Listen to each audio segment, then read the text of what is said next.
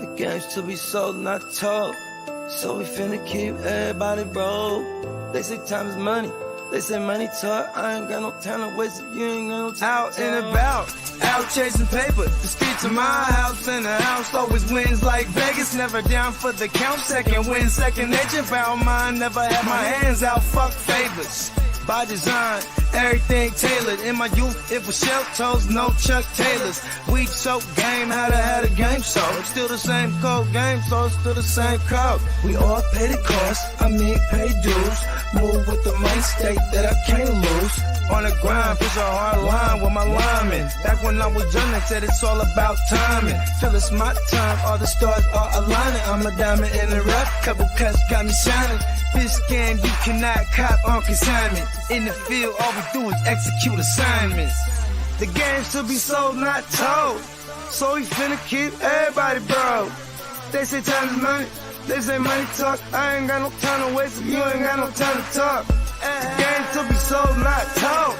So we finna keep everybody broke. They say time is money, they say money talk. I ain't got no time to waste if you ain't got no time to talk. First, we get into this paper. See, I want it all, plus I'm you and 8 acres. A lot of alcohol, few dad bags of paper. Run this shit like a ship and I'm the sailor. Cold, kinda like it's fresh up out the freezer. Cold, if she ain't talking bread, I don't need her. Soon as I meet her, I'm a fucker, then I leave her. It's the old Mac needs, treat them all like bottom feeders. Break it down slow for them folks that don't know. I'm a seasoned vet, black belt out the dojo. With a wide range of weapons, so I'm out the holster. Keeping all options open, so many ways that I can fold ya. Told you from the gate, never been about no play. Get it on the go, they never been known for no delay. The game should be sold, not to be told. Keep your mouth shut, don't have to break the mold. Mac needs.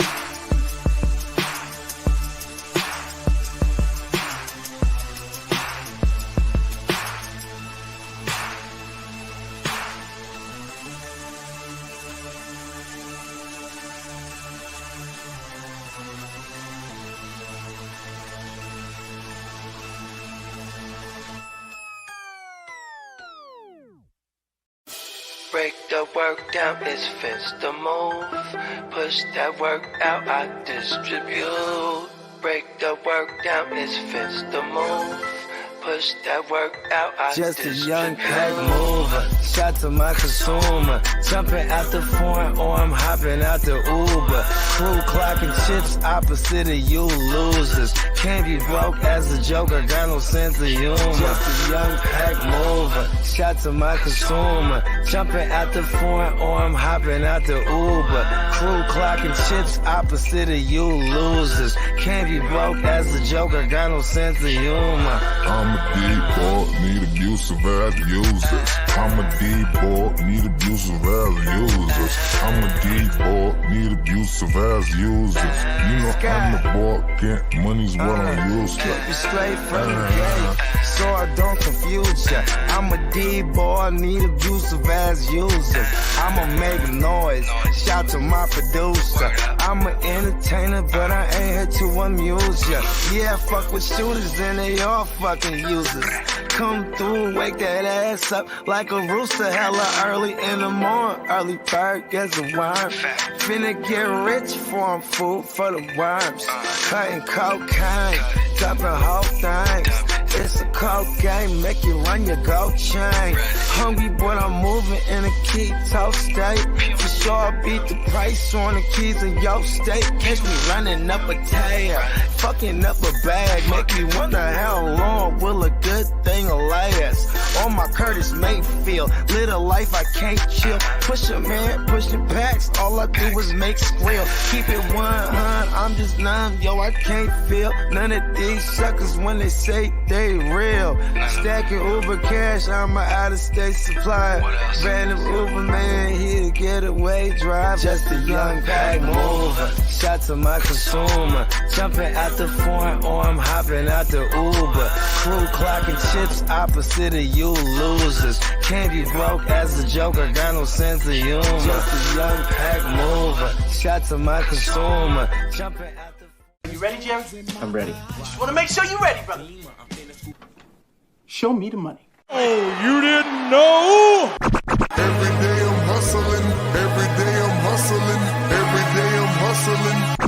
Put my shoes on, you wouldn't last a mile. Summertime, wintertime, I'm on the grind. Yeah, I got the ring, I'm the champ, I'm the genie of the lamp. This is the gift I was given, so I just live by my hustle.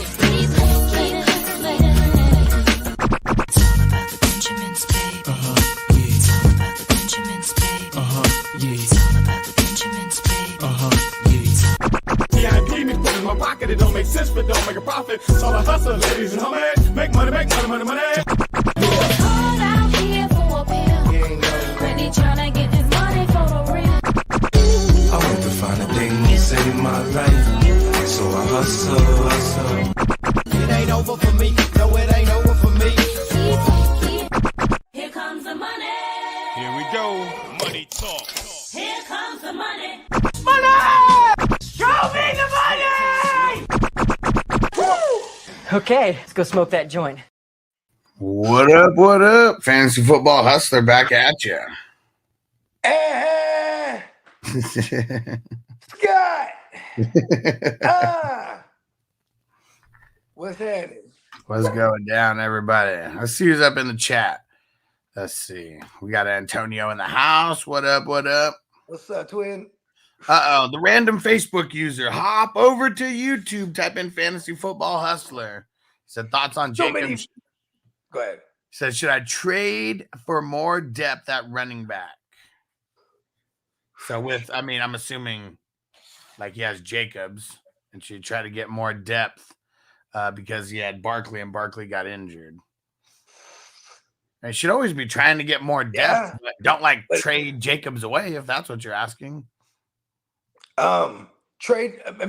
Jacobs ain't worth the shit to move right now. Right. Unless you're trying to buy him, it's the best time. To sell him, it's not. But he's playing the Steelers. You would hope he's going to get the work because that's really been Jacobs' problem. I think he's just coming back in the football shape, and they are very aware of it. Plus, they've been getting in negative game scripts, so just not giving him the work has been a thing. Hopefully, in week 3, he gets the work against the Steelers because this is the matchup that he should eat on. Steelers are just a reputation of being a good defense, not a good run defense in the last couple of years. Right. Antonio said start 2. Quincy, Pete Warner, Demario Davis. Damn. It's crazy because I think Demario Davis has been doing the best out of all these guys so far. It's Warner, and I'm just playing the Saints. It sucks because Quincy, he's going to be on the field a whole lot. You know what I mean? Like, I wholeheartedly believe that.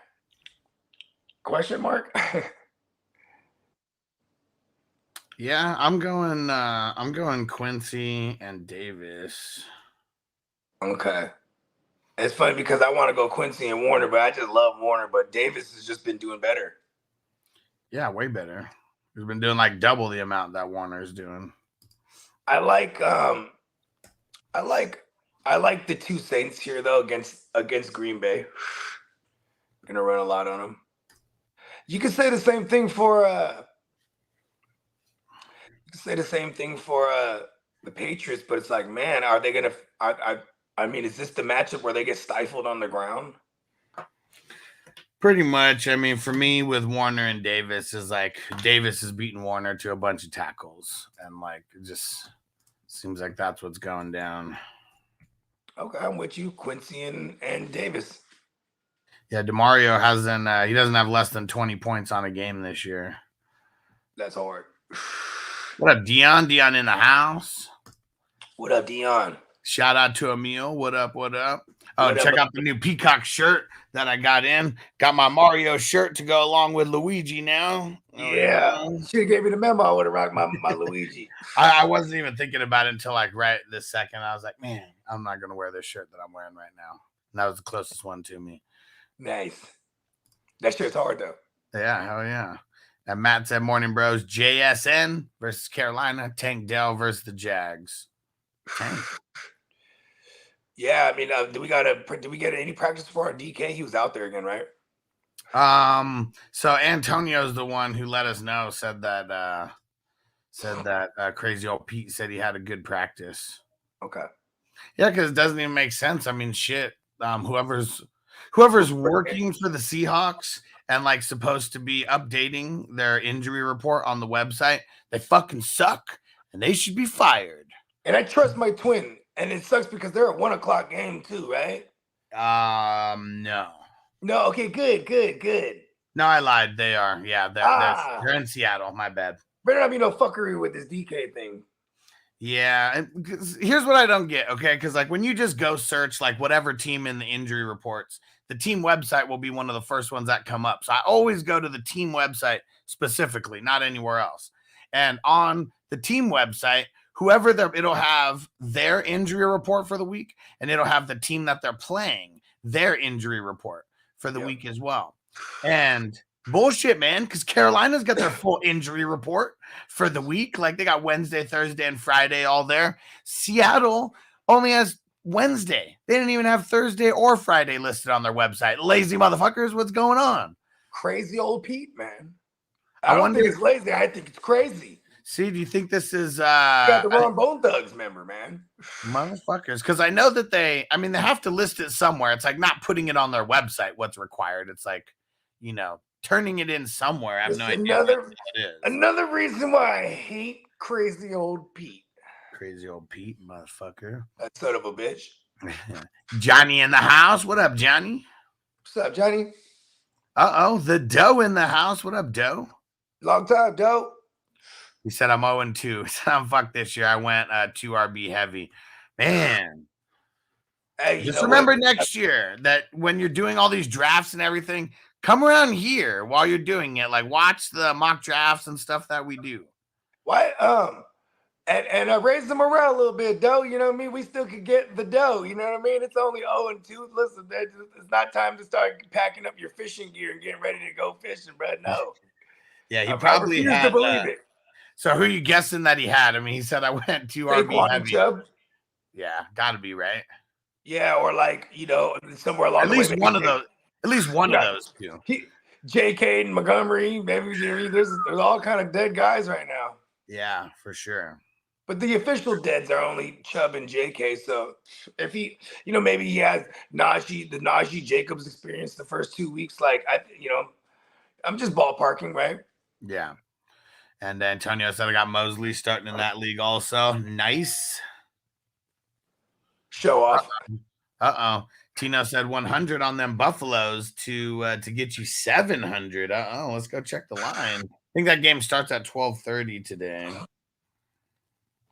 Ooh. Let's see. It's the money line, right? Is that what you're talking? Let's see. I'm gonna go grab me a soda. Yeah, because last week they did not cover. Let's see. Where is Colorado? Oh, okay. So that's who Colorado's playing today, Buffalo. I'm assuming. Oh no, they're playing Oregon. That's what it is. Oh yeah. We were talking about that all week, actually. Damn, Colorado's plus 21. It's funny because the over-under is 70. It's about to be a shootout. Running it up.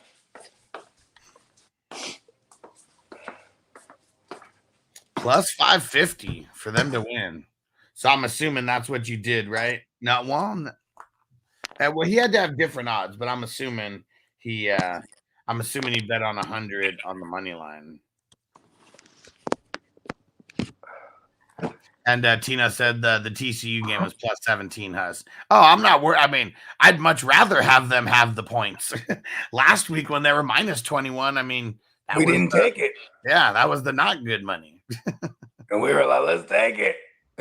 And okay, Tino said he got it at plus 601. Okay, it's plus 550 right now on plus 550 right now on what do you guys fuck? Do you guys fuck with the Bovada? I don't know, Tino. What up, Chris Bay? Chris Bay, how you doing, Dad?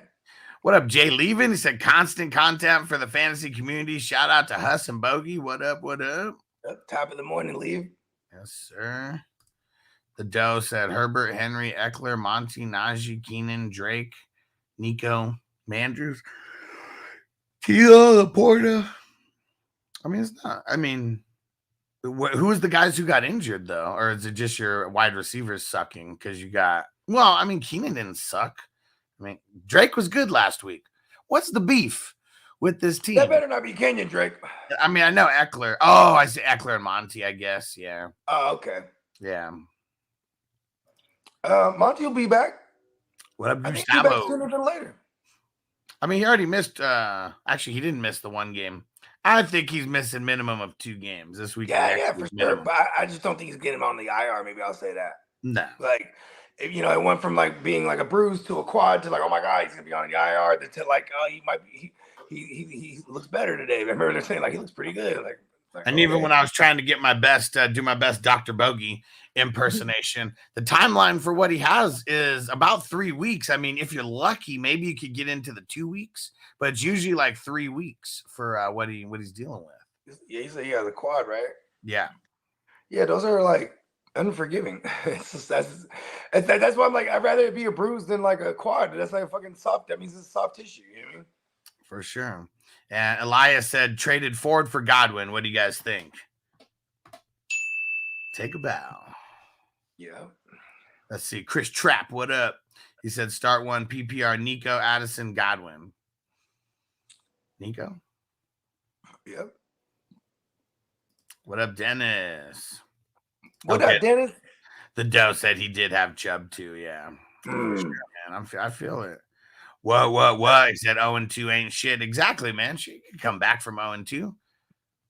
I've done it before. I've been like 0-6 and came back and at least made it to the playoffs. Didn't make a run, but I mean, anything's possible. I remember that, bro. It's got to get hot. We won't say the sorry ass league it was, but yeah, it was incredible. You went like 0-6, then like 7-0. Yeah, was that the last 16? No, that was 7. That was 14 weeks already, right? Yeah, so you went 8-0 to end the year, and then you were 1 and done. Fucking insane. Couldn't even believe that I made it to the playoffs though after that. But yeah, it can happen. Antonio said, "Show off." I also got Queen and Bolton. Now, hey, we need a Michael Bolton drop too for Nick Bolton. How am I supposed to live without you? See, I think that'd be perfect for him right now because he's out. I think I'd rather get some kind of Office Space, like reference to, man, fuck Michael Bolton. But we love Nick Bolton. What up, Bakes? Bakes in the house. What up, Bakes? Matt said, LOL, you guys said who updates the injury reports for Seattle? They should be fine. I'm hoping it's not my buddy. Oh, man, that'd be fucking hilarious. Does your buddy work for That's fucking hilarious. Get him on the phone. Come on, man. What the hell's going on? You know what, though? That is new for Pete and them. If that's their new style now. Because, that's like a Niner thing. I guess I don't like just lie and not tell everyone everything. That's like a Belichick thing. That's like you know what I mean? I mean, they're definitely telling it somewhere because you have to, you have to submit your injury reports to yeah, but it'll be questionable. It's just like questionable is all they're giving us, right? No, they're not. Literally, it says nothing. What? on the injury report. Okay, so you got Seattle on top. You got Panthers on bottom on this injury report. Panthers. It has the Wednesday. It has everyone limited, full, did not practice, whatever, for Wednesday, Thursday, Friday. On Seattle, it just has Wednesday, full, did not practice, and all that. Thursday and Friday are just completely blank in the columns for them. Yeah. So they didn't put any kind of status updates on their website for Thursday and Friday. You might need to do a wellness check on your boy, man. Make sure he's all right. Make sure he's okay, bro. Because I don't think there's any reason to not update the web. I don't get what advantage they would have by not updating their website because all the teams and coaches, they already get all the NFL injury reports from all the teams. You think they lost it? You think Crazy old Pete finally lost it? Uh-oh. he gave him the sheet, but there was nothing on it. Like you're supposed to update it on the website. Gave him the sheet, but there's a big blank sheet. He had a big blank stare on him too. Just nothing but blackness in his eyes. Hey, shout out to our homie 710 Zach. What up, bro? What up, Zach? You know what I'm saying? Hey, for everybody in the Minnesota area, man, you know what I'm saying? Go fuck with my guys, Kansas, man. And Bad Sport. Bad Sport said CJ Stroud is the truth. Said even with that horrible O-line front, it's terrible, man. It's terrible. You know, that kind of benefits him. It makes him need to throw the ball. Get the ball out quick, kid. I mean, that if anything, I mean, that is and I mean, it's probably D'Amico definitely has something good to do with it, right? I mean, with this, because I mean, the whole scheme in San Fran's get the ball out quick. I mean, they brought in Bobby Slowick, Bobby Slowick. He was our QB's coach. He was our QB coach ever since since Mike LaFleur left us. Okay. Mike LaFleur. Remember, he went to he followed Saleh. Right. And you know what's funny is Mike LaFleur, he's over there with the Rams now. Because you know they were all crew back in the days, you know what I mean? Right. Yeah, but you know, Shanahan's like, I don't want you back. You know what I mean? But now Bobby Slowick, you know what I mean? He's the guy in for the Texans. You know, he's their OC, taking that the Niner-isms there. And it's always interesting to see because like, you know, like whenever someone comes from that coaching tree, like it's going to be a lot of similarities, but they do it their own way. Like in this case, like, man, maybe it's by force. They can't run the ball because their line's so bad. So they're just a passing ass team right now. They look more closer to like a Sean McVay style, you know what I mean, of Shanahan's offense. Yeah. They're throwing it 91 times in 2 games, bro. Hell yeah, man. Shit is wild. Hey, watch the Jags take all the air out of the ball and just run fucking ETN and Bigsby for like 300 yards. And see, it's what's his name right now? Bad Sports said I think we're going to be talking about him next week when they upset the Jags. I just don't think they have enough dogs on defense to upset the Jags right now. Yeah, they're down Stingley, they're down Pitre. You know, that's and that's just 2. Like, I mean, those are just like the main stars. They're down their nickel cornerback. They're down Denzel Perryman. I mean, if Peacock was here, he could go down the huge list, but they're down Perryman too. You know it's a bitch is Christian Harris. Like he fucked me in a couple of leagues where it's like I lost by a couple points, but he was in there. I'm like, God, son of a bitch. Yeah, and then I went and busted the glass open on my man H2O Henry Tuatu. You know what I mean? That's gonna play this week. Yep, exactly. I had to bust the glass out on the taxi squads. I got him a gang of places. It's time, kid. I have him in a few. Probably good for him. Not being the starter right out of the gate. Get to learn from Denzel Perryman. And then Denzel Perryman gets hurt like he does. It's like, yes. I mean, he's old as fuck, you know. I mean, it's expected. The one dope thing about CJ Stroud, before we get off him, it's hella dope that he was in Snoop's league back in the day. Mm-hmm. And he looks like the best rookie, at least a rookie QB, at least as of right this second. For fantasy. And for reality, too. I mean, like, all of them look trash except for him, considering.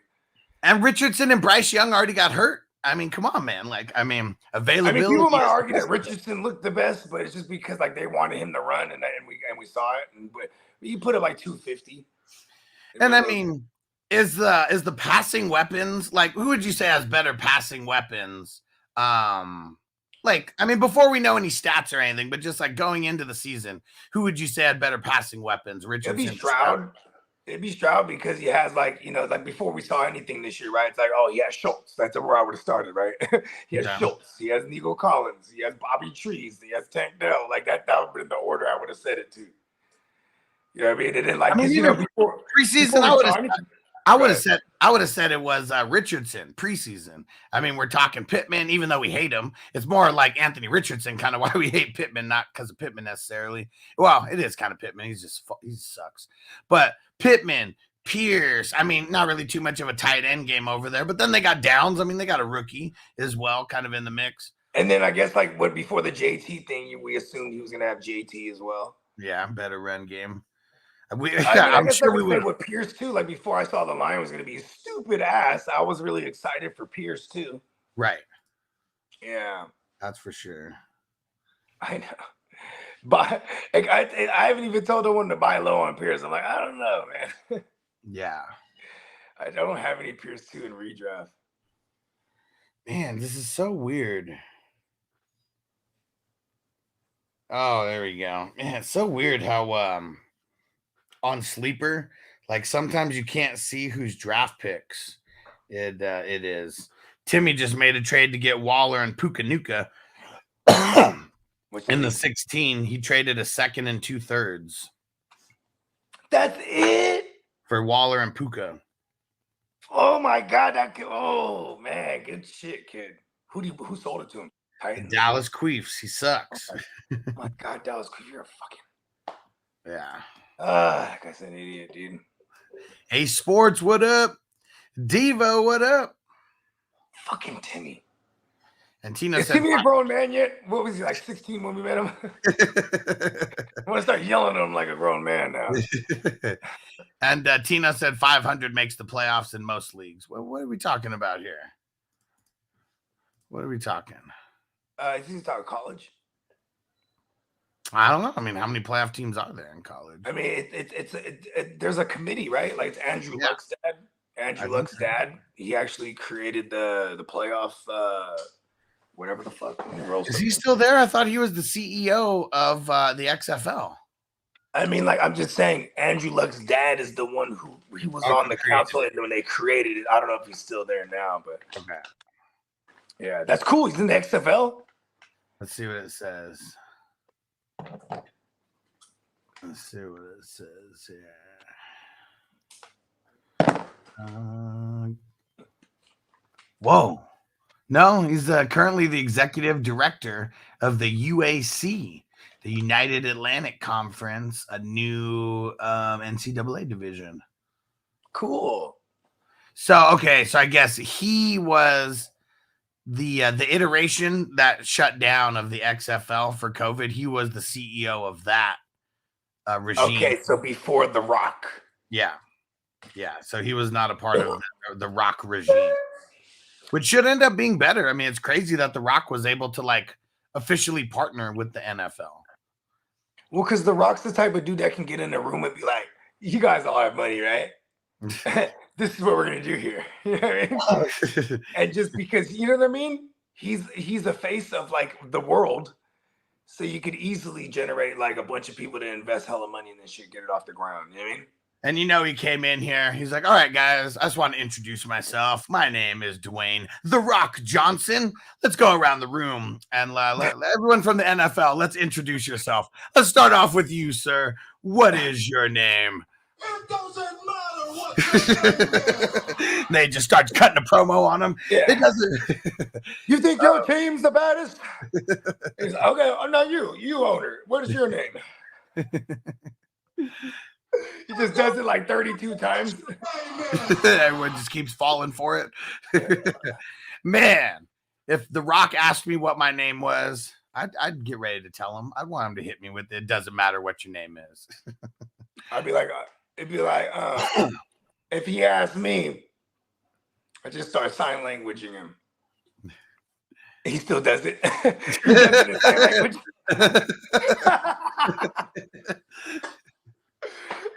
Oh man, Who is this Rudy Poo? And Crispy said, I'm so glad we don't have a lot of drama queens in the Hustler leagues. He said, fucking men bitch about everything.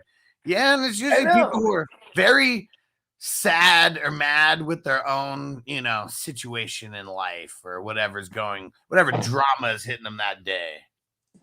You know what's funny is like on two separate occasions, two different individuals, right? And this is how I know this is just a type of individual, but both of them are like, stop fucking flooding the stop spamming the chat with your links, bro.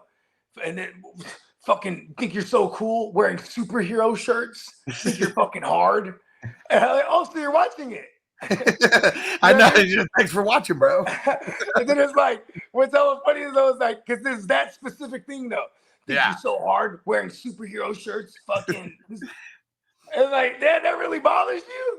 I know. Like, who gets There's upset about wrong someone? with your life, man. Who gets upset about someone wearing superhero shirts? But it's also because I think I'm hard.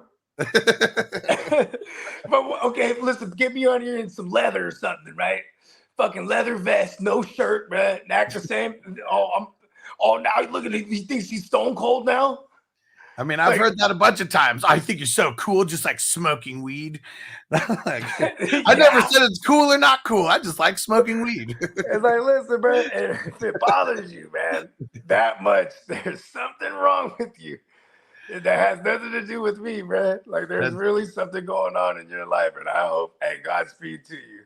They probably just got the update while they were at work after they just got chewed out by their boss and made them feel like a little bitch at work. Stop tagging me in this. I have better things to do than to stay here and leave this comment. I don't think you have anything better to do, man.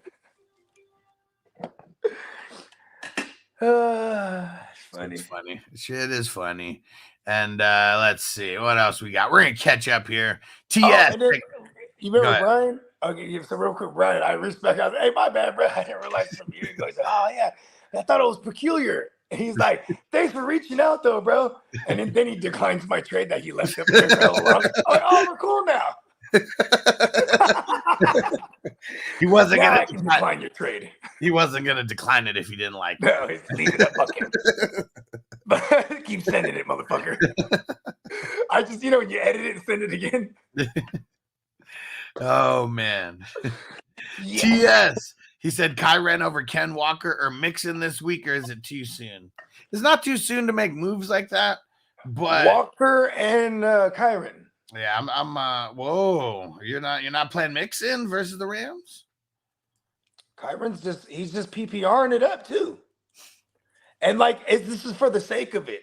Like Joe Mixon, what has he done for this year? The line hasn't really been looking too great.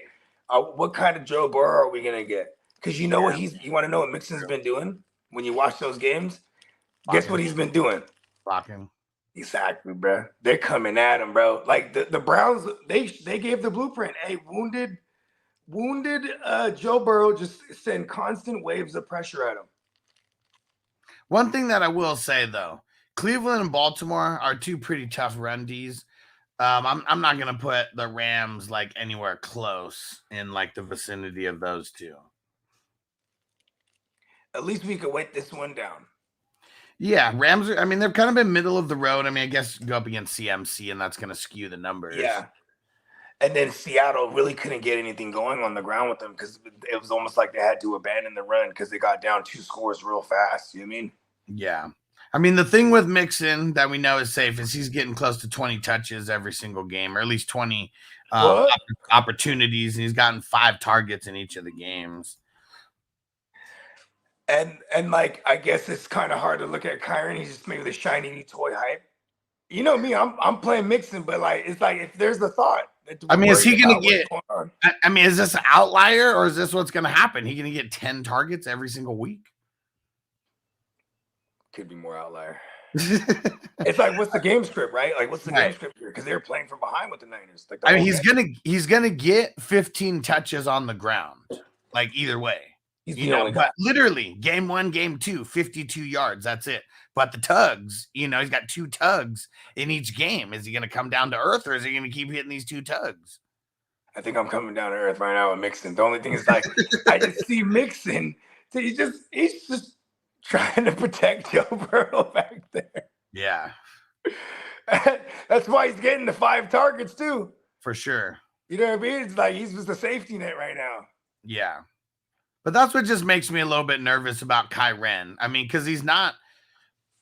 I mean, the 6 receptions for 46 yards. I mean, that's really great. But like, how often is that going to happen? Especially when a little guy.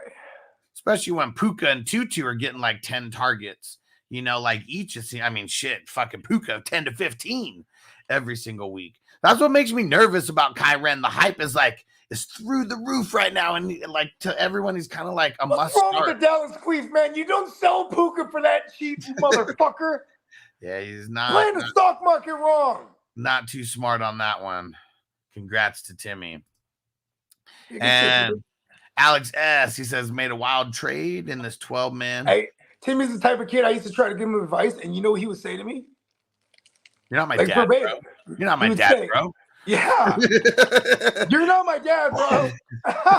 Damn. Your dad's his dad be on him, that's for sure. Bro, you're not my dad. So funny. I didn't even know what he said, but I could just assume someone who's not 18. No, I swear to God. I know I've laughed with you about this, but never on air. I didn't want to put him up. But, you know, because like I'll be on him, bro. He's like, listen, I'm at school right now. I'm like, oh my bad. Like, yo, what's like, you see my offer? Bogey's response would have been so good. You know what? I'm with your mother now, and you need your respect. Your dad. How old are you again, son?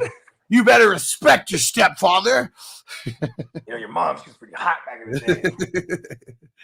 That's funny though, because his parents are like 39 and 40 though too. So you know what I mean? Yeah, they're like our age. Yeah. Yeah. Yeah. His dad probably smokes weed. Talk shit to Timmy. Fantasy team sucks, bro. Step a game up. That's why we don't let you in our league, son. I'm in an IDP league, Dad. Stepping it up around here now. Offense only league. And let's see. So what was the trade that you made though? I mean, we'll read off your team, but what was the trade that you made, Alex? And he says rosters Burrow, Lave, Hopkins. Hate Hopkins as your number 2 there. Bijan, Sanders, Freiermuth. Really don't like Freiermuth in the tight end spot. Terry, Addison, London. Oh, okay, there's the trade. It was at the end.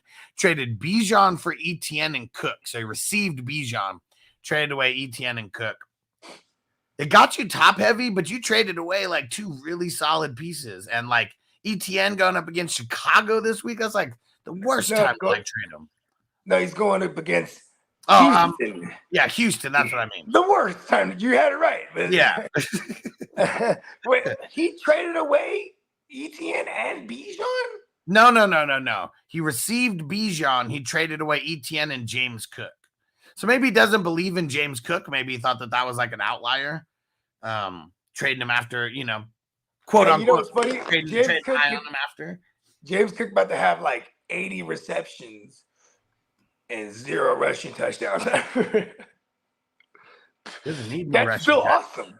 He doesn't need rushing touchdowns. I mean, look at Ramondre. Well, I don't know how many Ramondre had last year, but he doesn't need any red zone ones. But I mean, 4 receptions each game. I mean, what would that average out to if he just averaged 4 for the season? He's on pace for 68 if it's 4 per game. He's got to mix in 5 at least in one of those games. Come on, he's gonna get a couple where he has like 7, 8.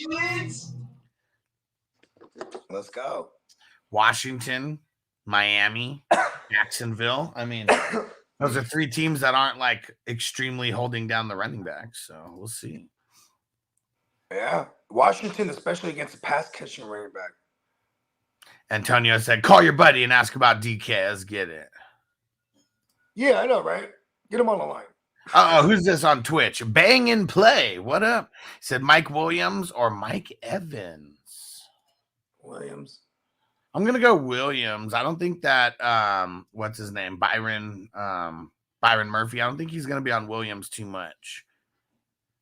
I really like everyone whoever plays on the opposite of like the number 1 wide receiver. We like that. Whoever's going up against the Vikings, because Vikings give up the booty. And they've been putting Keenan Allen out wide more too. For real. Yeah, they've been moving him around all over the place. Yeah, more than usual. Or more than that we were accustomed to seeing when it was like Joe Lombardi or even like, what's his name? Anthony something. What's his name, bro? Lynn. Anthony Lynn. There you go. For like 3 weeks, I couldn't remember this motherfucker's name, bro.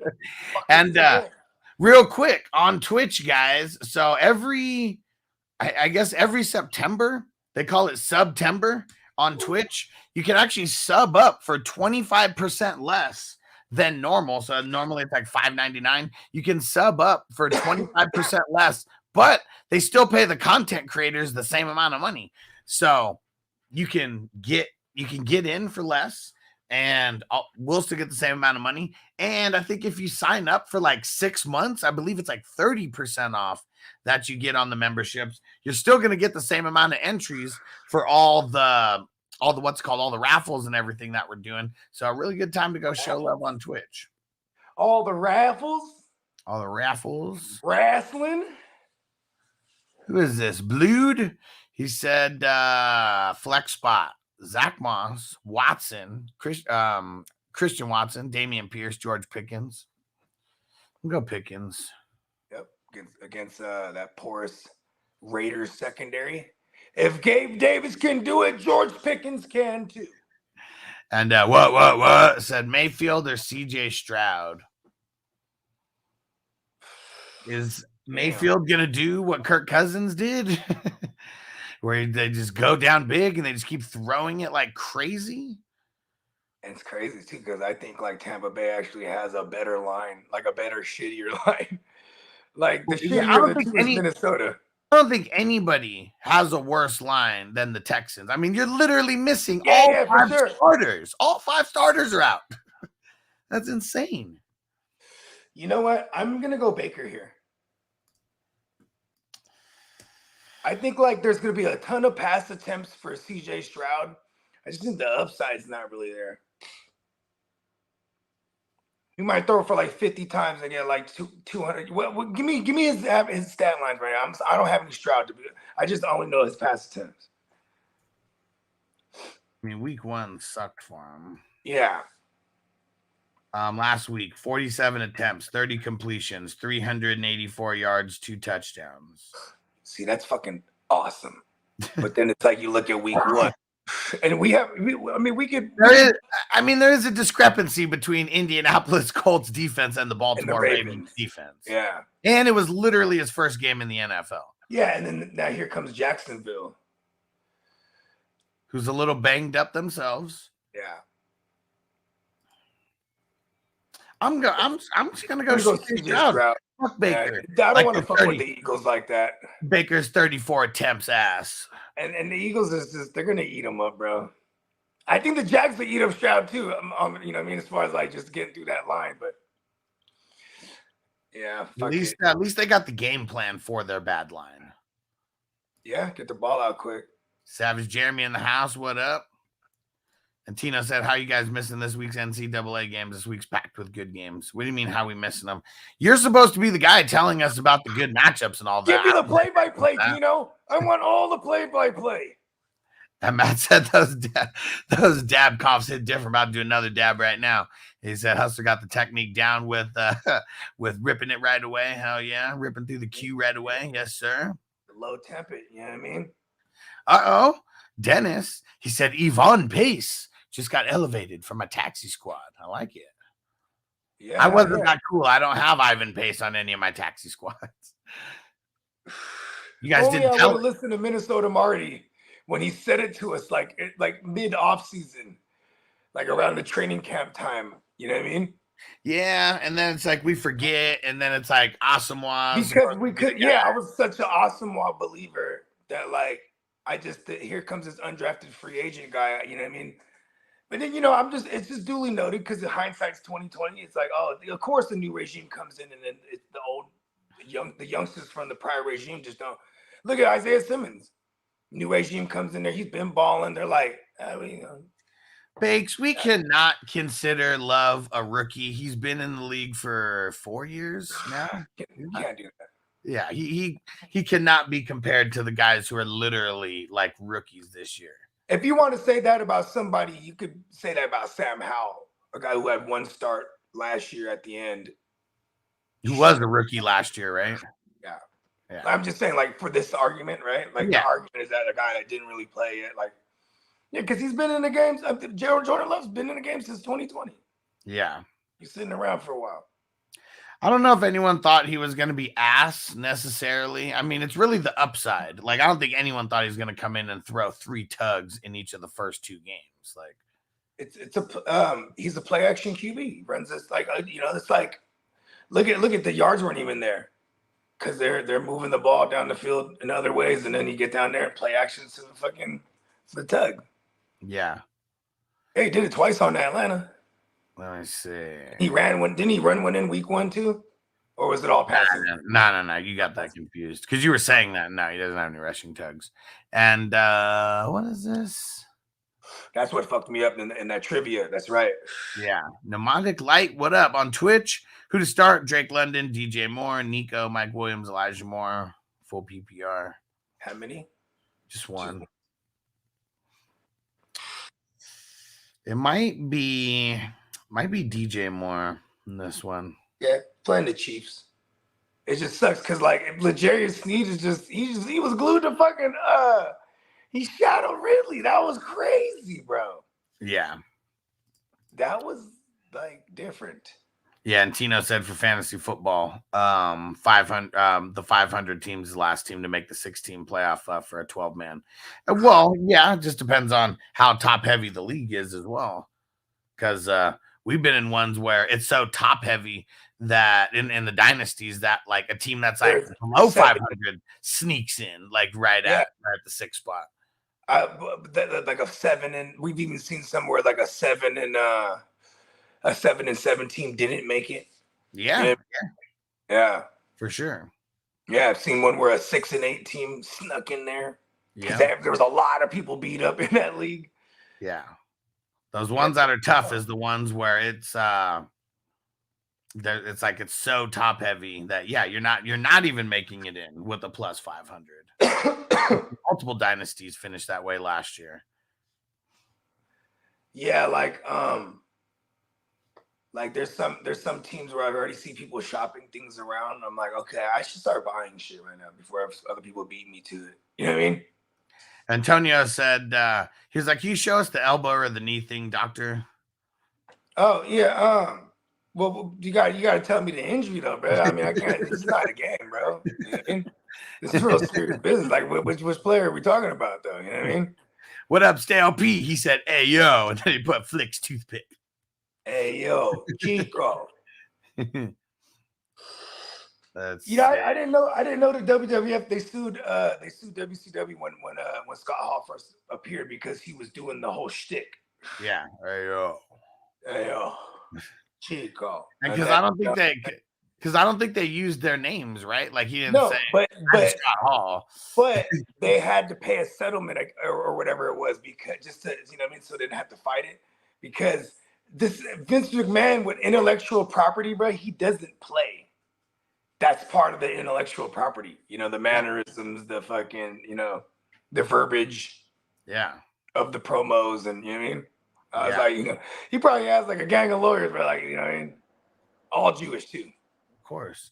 And Robert said, "Hey guys, sorry for the repeat. Said was asking at work. He said pick 2 PPR: Madison, Dubs, Reynolds, Shaheed." It'd be I'm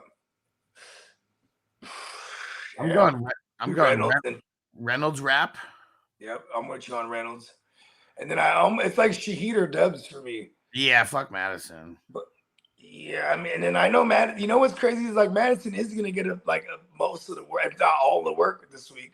Cam Akers, they said he's more than likely not playing. Yeah, so I mean, and I guess it's hard to judge the Chargers' historically bad run defense because this year so far they haven't really gave up too much. Even to Derrick Henry, what did Derrick Henry do against them last week? 70 something. I mean, I don't know. I guess we got to pump the brakes on Chargers not giving up a lot. Maybe they haven't given up a lot of yardage, but they've given up the 12th most points to running backs so far. Bottom half. Yeah. So they're still doing Chargers things. We'll get them up there closer. Madison maybe brings that down. I don't know. And like with Shaheed, he's so fucking it's and then Dobbs is gonna draw ladder more.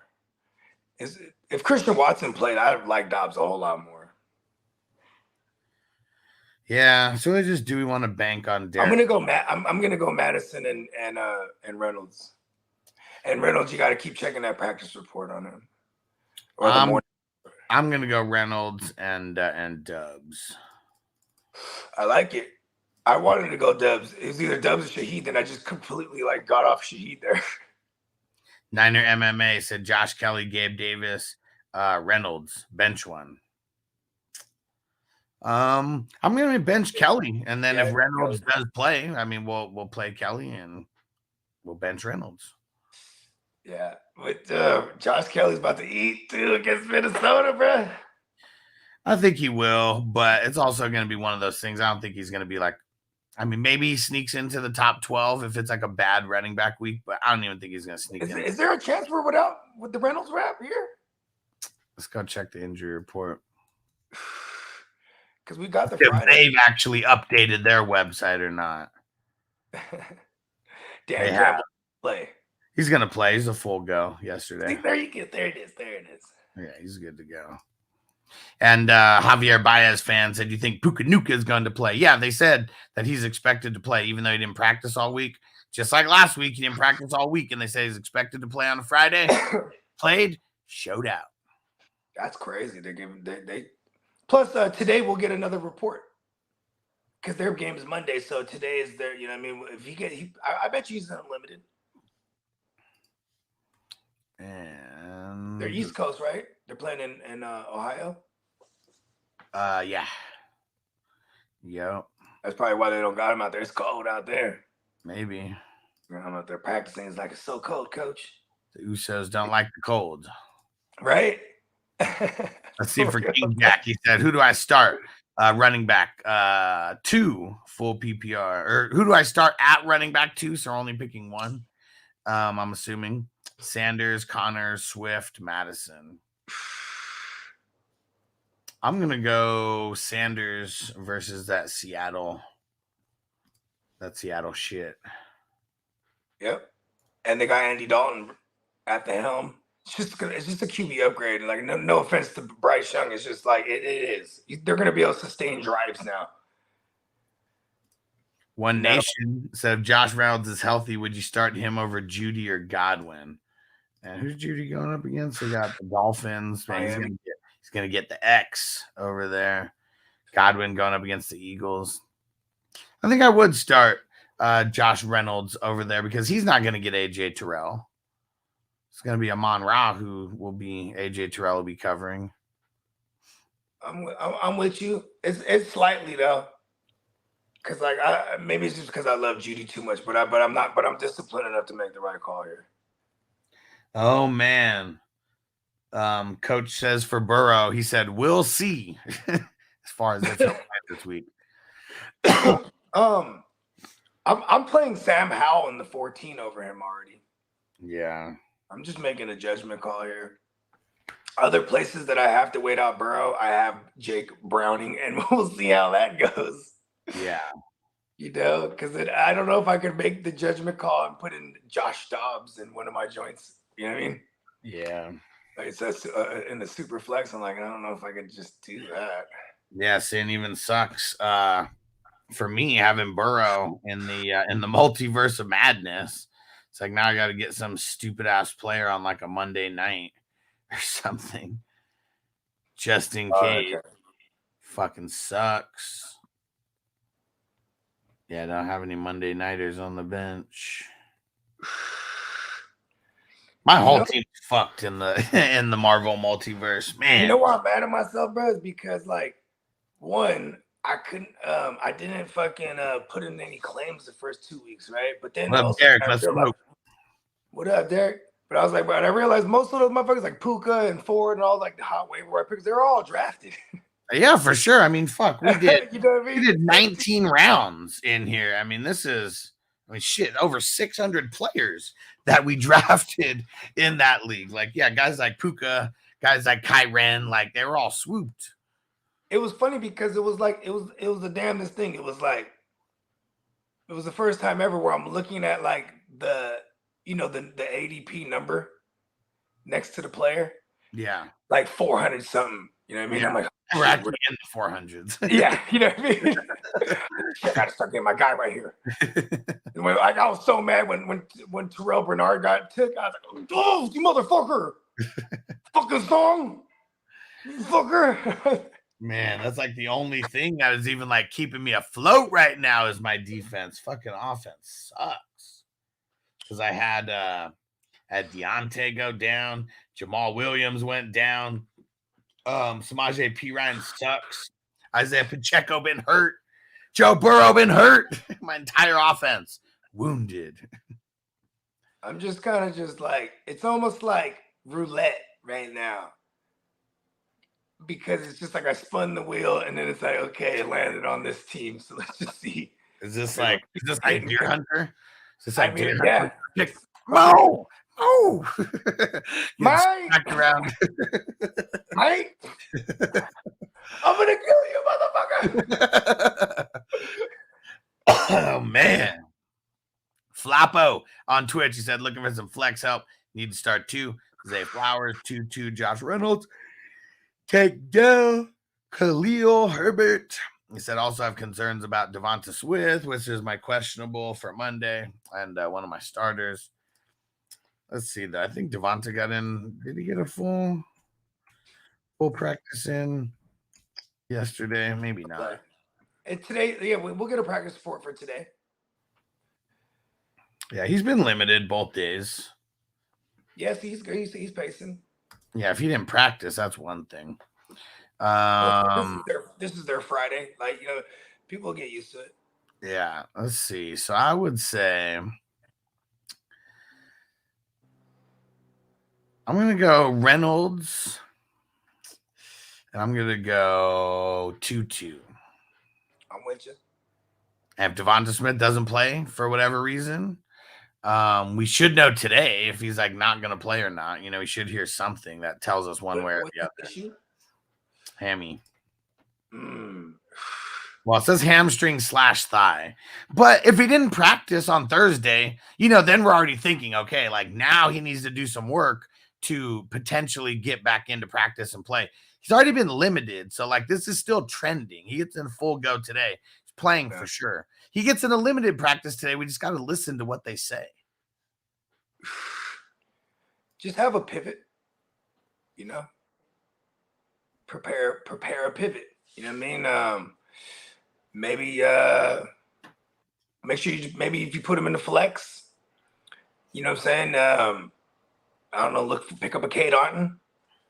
You know, maybe maybe pick up a Cade Otton. Tino said Rutgers giving Michigan State a run for their money. They're already playing. And I know Rutgers got a football team. This is how much I don't know college. Rutgers got a football team. Come on, man. Of course they got a football team. I know, just fucking with you. That's where Isaiah Pacheco came from, I think. I know he's from Jersey, though. I don't know if he played for Rutgers, actually. Somebody put it in the chat. Where did Pacheco go? Yeah, and then he said the Ohio Notre Dame. Yeah.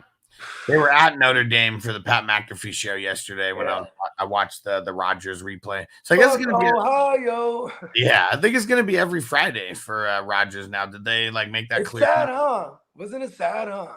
Yeah. Like how many times he just like he'd be in mid conversation and revert to, you know, it's hard. It's hard, you know. It's really tough.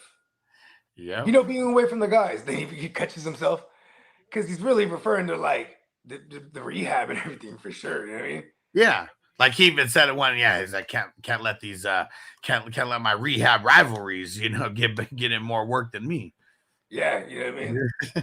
He's just competing in some way, somehow, right? And then you know what I love? He's like, I really love this red zone. Yeah. He's like, man, red zone is awesome. Like, you know what I mean? Because he probably discovering it for the first time. You know what I mean? Yeah.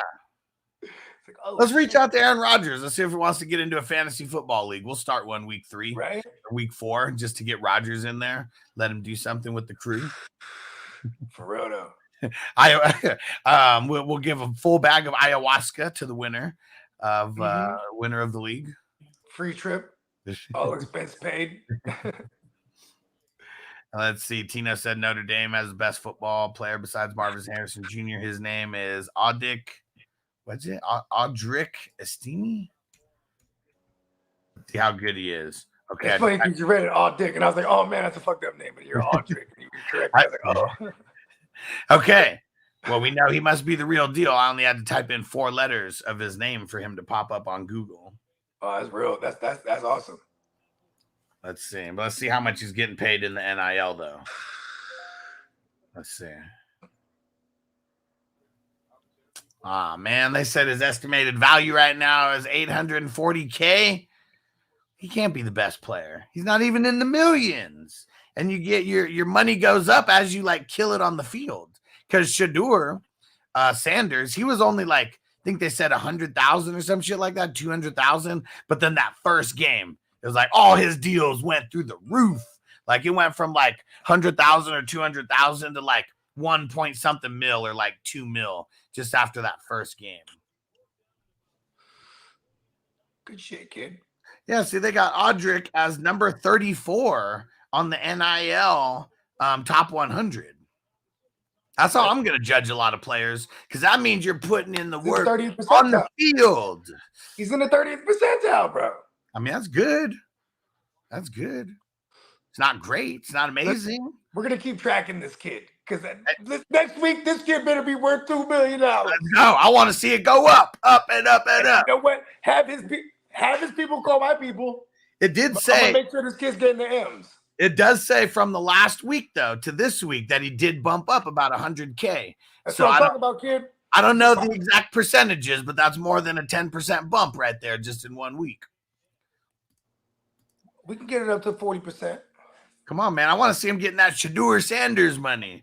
And running back, I mean, they could beast in college, right? Like, I mean, if you're on the Highsman, but you know, I would imagine, though, when you're a running back, though, too, like, you know what I'm saying? You're going to get just as devalued, though. You know what I mean? Nah, fuck no. This is college, man. This college is different. I guess. I don't know. I'm just ballparking. Because it's real. I mean, because you're getting paid on 1 year game to game like type shit right now. Like they're not signing 4-year deals or whatever. Like, so just this website is pretty cool. It like tracks the like it tracks. Yeah, tracks their market value. How about that? And the NIL is different companies that are like paying in and shit like that, right? So you just get like more sponsors and more money coming your way. So to start the season, preseason, 324K was the estimated. What? Week after that, jumps up to 530, 64% increase. Week after that, jumps up 39% to 733. Let me ask you something. Do they get this money? They get this money weekly? No, I'm okay. No, I think they got some money before the season started, and then I think everything is based on production. Well, I mean, yes and no. I mean, it's not just production, but it's like, you know, you play in a primetime game or whatever, like you're in the spotlight. I mean, you're more likely to get some of these deals if you ball out. I mean, Shadur throwing the fucking 500 and something or whatever, you know, week the one. phone started ringing. He said, don't pick up none of those phones. Right away. Don't pick up none of those phones. And let me see what else we got here. So this is for Psycho, 12-team non-PPR. Psycho's the hit. Big fan. Madison, Mostert, Zay Flowers, Josh Kelly. I'm gonna go with Mostert and Kelly here. Yep. I like Zay too, but man, Kelly's about to eat on Minnesota, bro. Yeah, like my thing with Flowers is like OBJ's out again. Well, yeah, and like, does that mess things up with like, because Nelson Aguilar is the one who came in and got like every single OBJ. Well, I'm just saying, like you know, if you got him out wide now, he's gonna, you know, what I mean, what are they putting number one coverage on Bateman out wide? You know what I mean? And even then, like number one coverage for the Colts, like that's fucking nothing, anyways. Yeah, and that's why I want to play Zay Flowers. Someone like Tank Dell just ate all over them. Some quick, you know, I'm gonna go. Damn, you know, I'm with you with the running backs. And I'm nervous about the Colts even being able to be competitive in this game as well. It's the Ginsu. Again, I'm worried that the Colts are going to be competitive. Ginsu, slices and dices. He comes out in a jock strap, you know, like just like really feeling the swag. Come on, he hasn't taken a shit in like 2 years, bro. He finally took a dump. He's like, I'm a starter. He took a dump as soon as he got over to Indy. He's like, all right, this kid, he's all right. I'm the number 2. I'm the number 2. I'm just saying, bro. Listen, bro. He eats coal and shits diamonds. And sorry, guys, if you left your question in, I would say before like 5 minutes ago, just let me know. Everything like it completely kicked me to the bottom, like right now. And Tino said he's an RB. RB market's tough everywhere. Well, yeah, but the only market that I would assume is bigger in college football would be the QB. I would say the RBs and the wide receivers are very similar as far as I've seen the NIL. What about defensive ends?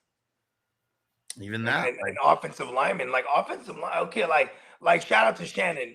He's in the league too. That's Steamboat's brother. Mm-hmm. Like, you know, I mean, Shannon's they got their league or whatever where they be coaching these kids. You know what I mean? And like, you know, he stays connected with the kid. You know what I mean? And he's hella deep in the game with the Usos. You know what I mean? And like, one of their kids, I think he's with a USC now, but he got like $5 million to go there, bro. Yeah. You know what I mean? He's a Uso lineman, bro. Just, you know what I mean? What? He said the NIL isn't tied directly to talent. Well, I mean, I'd say that statement's false, just if we're taking the whole thing, because like the better you are, the more, because he said, if you have a big social media following or the kid's a famous person, you make the most. Yeah, but like if Shedeur Sanders wasn't holding it down, he wouldn't be like, what they say he's making like right. I got a cool movie idea. What? So it's like OBJ, right? And he's like, because he can never grow up. He's like the Michael Jackson of wide receivers, right? Uh-huh. He's just like 40 years old. He's still doing like TikTok dances and shit. And he has like a big old following. He's like, I'm going to go back to college and I'm going to play. Yeah. Right? Because he's like, man, these kids make so much money. Right? Yeah. Right? You with me? Hell yeah. Yeah, let's pitch it. And see, like Shedeur. Yeah, like I could get behind him. I mean, he is famous. Like he does have a crazy following. He was on TV. 1.3 mil. But look at the jump. It was after his game. He jumps up damn near 200%. 200% up to damn near 4 mil just after that one game. And he kept bumping up every week. I mean, you know, his dad is primetime Sanders too. He's like, no one pick up that phone. He's like, son, when the phone's ringing, you let it ring. He's like, then it's going 200%. And Tino said, 18-year-old me with a 25K NIL deal, my life would have been ruined. I mean, shit, I would have bought hell work. I would have bought dummy ass work, and then I would have had like all my teammates that are clearly in college and they're from other places, and we would have just fucking spread like a wildfire. Like it's you know, allegedly. You know what I mean? If they got something to throw to, we're gonna pitch that thing. And but yeah, of course, man. I mean, that's the way it goes with a lot of because really these companies are trying to get more exposure on their shit. So yeah, if the player's not good, why would they get like hella endorsements and all that? Or the player's not that popular, why would they get hella endorsements? Sounds like I'm going PR. No, can't even hear anything in the background. Okay, good. And Tina, what did he say? To be fair, Huss, Shedeur Sanders' son got an NIL deal and was never even got an invite to the draft. Well, I mean, doesn't everybody get an NIL deal now of some kind? It's because they're always hating on the black man. But I'm confused about that. What are you talking about? The other Sanders, the one that wasn't really that tight? The older brother? Shiloh? Now Shiloh's the younger brother. Him and Shedeur are on the team right now. No, I know, but I'm talking. Yeah, and Shiloh's. Yeah, he's the DB. I thought he was talking about Shiloh. No, well, he's a rookie. He's a rookie. So like, he said got an invite to the draft. So that's what I'm assuming. They got to be talking about the older brother. Well, you know, were any of these guys on the team showcased? Because I remember, actually, the guys that were that only 5% of players get NIL deals. Well, when you have like 50 million college football players and only so many of them are D1, like how many D1 schools are there compared to like all the other ones? Like, I mean, there's a shitload of the D2 and D3, way more than like D1. So like you can't just throw numbers out there, Tino. You got to get specific with it because there's a billion. And they said, but you are right. You need talent and marketability. Yeah, because you could be famous as hell, but if you suck, like, I mean, you're not going to be getting like higher NIL deals. Like if you're not putting it out there on the field. But yeah, I am curious though. Are you talking? Is it just 5%? Oh, okay. Okay. OBJ goes back to college, right? And he's the water boy first. Right? Oh, never mind. That's been done already. And but yeah, I am curious, Tino. Is it 5% of D1 athletes? I mean, shit, there's not even 5% of D1 athletes that are gonna make it to the league. So like even 5% getting paid. I mean, that's a lot. And don't the colleges pay the kids as well? I know that like some kids like legit may just get like $5,000 a year plus room and board or whatever, but they're still getting paid something. It's just not an NIL deal. But that's why some of the benefits of going to these bigger schools, right? You get put on the map more because you're in the primetime games, you're in the primetime systems. I gotta teach my son how to start kicking. And not just kicking, punting. Like punting seems like that would be a good job. Because kicking, man, I mean, there's a lot of pressure on the kicker. Doesn't seem like there's much pressure on a punter. And I'm sure they get paid very similar. Yeah, there is. Is there? Okay.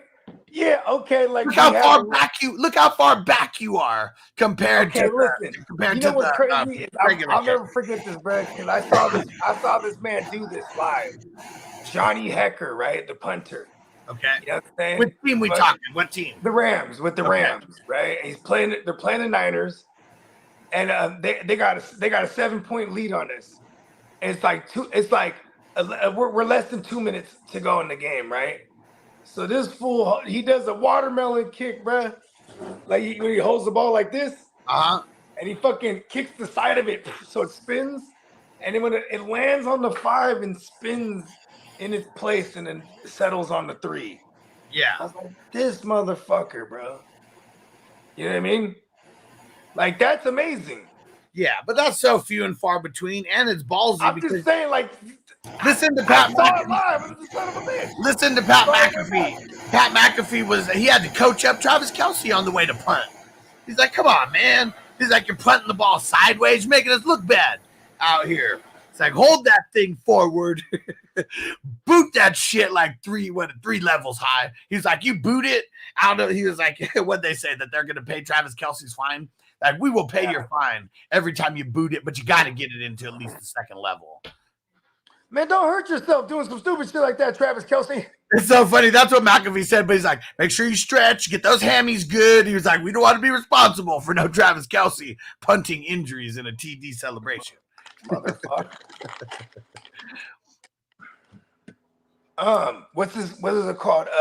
Didn't he say like when they're in Jacksonville, Mahomes was like, I'll throw one in that motherfucking pool. Yeah. I want to see that. I want to see that shit. Hey, you know what's dope is like, you know, the little things that they reveal, like, because you know, like Mahomes is a fucking dog, bro. Yeah.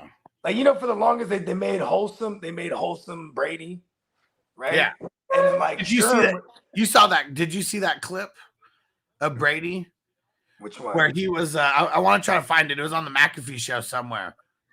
And he was like, there's a lot of emotions that go out there when you're going onto a football field. He was like, for me, anger was the biggest one. Yeah. Because I want to go out there and I'm going to fuck you guys up during this game. He's like, I'm going to have this chip on my shoulder. Bro, I remember this shit. Richard Sherman, right? Richard Sherman goes, y'all think Tom Brady's wholesome?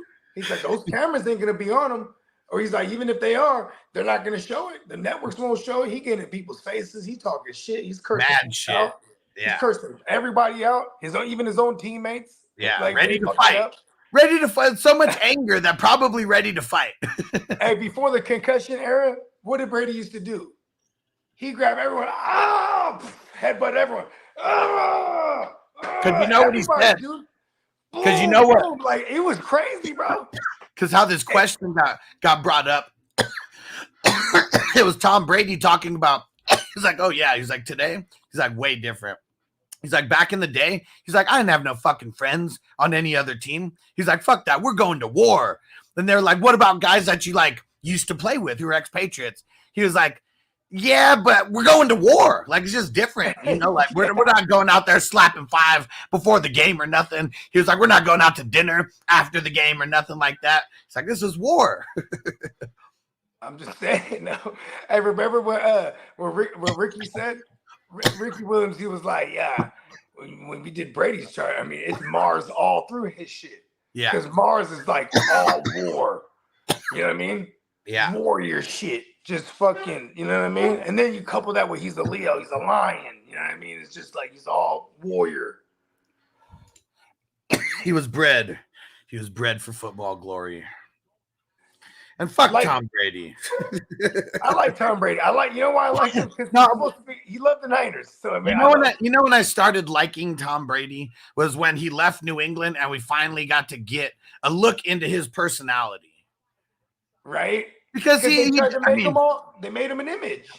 Right. He's this good, clean, wholesome, you know, guy who does nothing but football. And then we start hearing about his personal drama. We see him getting fucked up with Gronk and like throwing the fucking trophy and all that. Yeah, he's like, fucking, we some bosses throwing fucking Lombardis from boat to boat. You know what he said? He said, I knew Gronk had it. Best hands in the game. Like, it was a bad throw too. But that's when I started. I mean, I always respected Brady, but that's when I started liking him a little bit. When we peel back the layers of the onion and we get to see that he is a savage, not some fucking tool. I mean, and he goes out in the blaze of glory. That's for sure. Like, look at the last thing that we saw, the last image that we saw of him as a Patriot was throwing a pick six to end the game and be one and done in the playoffs, right? Wild card shit even. You know what I mean? Yeah. You know what I mean? To a former teammate, you know what I mean? Who you know, with Mike Vrabel, just like, okay, this is how we're going to beat Brady. You know what I mean? Yeah. I know how to beat him. You know what I mean? Like, and then he's like, fuck that. You know what I mean? Yeah. He's like, where am I going to go? Who's built ready for me? You know what I mean? And it was literally the Niners and the Buccaneers, bro. That's what he narrowed it down to. The Tennessee one, it was funny too, because he said that one was in question for a little while, but he's like, that was short-lived. Man, Aaron Rodgers is like crying right now, huh? He was like, fuck, I was going to do it better than Brady. Man. And you know what's crazy? It's like, it's the little things, right? Like remember when it was Josh Allen and Mahomes versus Brady and Rodgers? On the golf. Yeah, golf shit. And then like Pat McAfee's like, oh, so what, you know, what's that conversation like? He's like, oh, you know, just, you know, I had a lot of questions to ask Brady, you know what I mean? Like, you know, just because, you know, he was, you know, the journey he took. And it's like, it was kind of like a precursor, like, oh man, he really is going to go play somewhere else. You know what I mean? And Brady's like, what, 7-8 years older than Rodgers? So, I mean, Rodgers has been through it all. Like, Brady's definitely. Oh, yeah, actually, Rodgers is only 2 years older than me. I thought Rodgers was like 38. No, Rodgers turns 40 this year. Okay. In December, because his birthday is like 2 days after mine. Yeah, how old is Brady? He retired at 45, 46. Yeah. So what is he? 40? Let's see. He might have turned 47. Like his birthday was in August. He just turned 46. Okay, so he's 46. Yeah. He's got 7 years on him. Oh, 6. Yeah, 6. He's turning 40 this year. Yeah. I mean, still, that's a lot. That's crazy. That's a lot of extra years right there. Yeah. That's 6 extra years in the NFL compared to Rodgers. And then also he's like 9 years older than him in NFL years because like Rodgers sat for a couple years. You know what I mean? Yeah, for sure. Yeah. And Joe, he said OBJ is a professor and had a year of eligibility, but he got caught at the party. There it is. Got caught doing one of them stupid TikTok dances where he was twerking and shit. He didn't get it. He was the old guy now. He was doing the old moves. Tino said the NIL deals are from the sponsorships and brands with the team. The company it comes from the companies. Yeah. And so is it only because I thought I thought that there was like multiple companies that are like with multiple teams, like Nike. He just said, for example, he said Oregon, for example. I'm sure all the players get paid something. Oregon is basically Nike's college team. Yeah, for sure. But I'm sure that Oregon isn't the only team sponsored by Nike. See, to understand Oregon, man, you gotta know. You gotta understand where Oregon got their deal from, man. And Tino, they got their deal from an evil corporation, man, called Nike. And Tino said, but a team like Iowa has no money and almost no NIL deal, and they're good. Could have fooled me. I don't know. I mean, see, that's the thing. Is like, this is why we need a show, Tino. Yeah, because learn me all these things. No idea why Iowa's good or how good Iowa is. Know nothing about them. But I know they're in Iowa, and like I know that, Colorado, LA, Bay Area, New York, Florida. Like I'm sure companies are going to be trying to throw money behind big states like that, not necessarily Iowa. Yeah, but like, sorry, you Iowa, Iowa. But see, Iowa's like a football place, though, right? I don't know. Nebraska, fucking, obviously Texas. Like these are like football towns. Yeah, I'm just saying, like, but they just don't have, like, like something like Iowa don't have no professional team, though. You know what I mean? Yeah. Arkansas, Utah. No, I guess Utah's not really. I just thought of Johnny Utah. Shows how much I know. Oh man, that's funny because you said Nebraska, and like I mean Nebraska and Iowa are different though. Just saying, they're football towns. Well, Nebraska's a whole state, so is Iowa. So that's why. How many football towns do they have? Right, they got at least one. At least one for sure. Football place, downtown, whatever the capital is in Nebraska, that's their football town. Downtown Iowa, that's their other. That's the other one. Somebody put it in the chat. And King Milo on Twitch, what up? He said, who should I play at the flex? Flowers, Gainwell, Swift, Damian Pierce. I'm gonna say Flowers for now. We got to get more info on like Gainwell. I'd play Flowers for now. Tino said Caleb went to USC because that was the biggest NIL deal because LA has money and companies. Well, yeah, for sure. Like that. I'm sure Stanford, no matter how good or bad they are, I'm sure there's hella deals over there for like a place like Stanford as well, right? Bigger the university you go to, like. Didn't Stanford just got added to like one of the joints, right? Big 10 or whatever the fuck, Pac-12, whatever the fuck there is, right? I think so. Or they changed divisions, right? Because they've always been a part of something. Yeah, I remember reading something like that. And Tino said Caleb used to play for Oklahoma. I mean, that's what's cool about the portal. Players could go play. Yeah, and I'm sure like the better you do in the NIL top 100 and shit, like, you know what I'm saying? You can jump in that portal, you feel me? Like, listen, look at my numbers, B. Look at my numbers, B. Charter said Aaron Jones, Amon Ra, and Pacheco playing. Aaron Jones is expected to play. Amon Ra is expected to play. Pacheco's the only one that they didn't say one way or the other yet. But he's been out there. He's been out there practicing on Thursday and Friday, so he's trending in the right direction. Is that a morning game? Nope.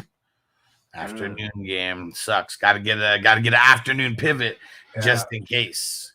And this is where Sheffy. This is the only thing. To me, this is the only reason why Sheffy exists in my world. Give us that news on Saturday night. Let me know it. Is it expected or not? That's when his expected are pretty good. You know what I mean? Yeah. He's never really wrong ever about those. Like, yeah. So such and such, player A expected to play or not expected to play. Yeah. Jeffy. Triple X Lex, what up, homie? He said benching Jamar Chase if Burrow can't play, or will he suffice? No, you play him. Yeah, like who are you gonna sit him for? Who are you gonna play him for? Yeah. Yeah, like who would be some of the other options? Like, gotta be a good option for me to sit Chase because Burrow. At the same time, Zach Taylor is still a great play caller, right? Like Okay, so suppose we don't have Burrow, or it's like a wounded Burrow. Like, now it's time to scheme now. You know what I mean? Now it's time to scheme the ball into my playmakers' hands. Like, you know what I'm saying? Like, they're not a fluke team. You know what I mean? Let's see. And he's about to play up against a Raheem Morris defense. You know what I'm saying? Hey, Minnesota Viking Queen in the house. What up? Oh, hell, the Viking Queen. She said, "Sorry, Iowa." LOL. That's what we always say. And Tino said Colorado's taking advantage of the NIL deal, which is why the NCAA is kind of pissed at him. Prime went to Colorado and the companies, and they signed up quick. And team has different jerseys for each game. Yeah, but I'm sure other coaches could do that as well. But this is prime time. This is prime time we're talking about here. He can go into any room, any company, and he's leaving with a check. Neon Dion. Hell yeah, man. Hey, you look good. You play good. Hey, at one point, Neon Dion was like, I want hair again. Boom. I somehow got it. Hey, you look good. You play good. They pay good. It never changes. It never changes. Big ass donkey ropes. He's like, back in the days, I used to have an S curl. Oh, shit. Antonio said, only thing I know about Iowa is Breece Hall went there. Okay. Yeah, and so did George Kittle. Hell yeah. Dope. Shout out to my man Jorge. One Nation said, would you start Josh Kelly or Zach Moss? Josh Kelly. Zach Moss ain't going up against the Texans this week. Yeah, somebody should flip Zach Moss right now. It's like impossible because nobody really wants him. I think you gotta like there's a guy who had like earlier, I had a Nick Chubb and I got a Montgomery, and there could be someone like that would be like that'll come off a Tank Dell or a fucking a Janet Reed or something that you can just grab that is useful to you. You know what I mean? Well, but see, I guess like me and you understand that. But there's so many people out there who, like, when they want to make a trade, it needs to be the best player on the team or they're not making a trade at all. I still don't understand that mentality for a lot of people. Because, it's a long road. Yeah, for sure. So, And Tino said, look at how famous Prime is. You guys don't watch the NCAA, but people watch Colorado for sure. Like, I don't give a shit about college, but Colorado is on like my favorite list on like Yahoo Sports now. So I couldn't figure out what time they play. And because, yeah, man, Dion's bigger than college football, though.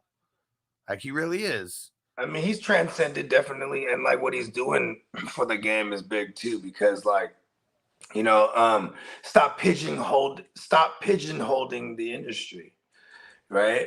Yeah. Like, sometimes it takes somebody to revolutionize it.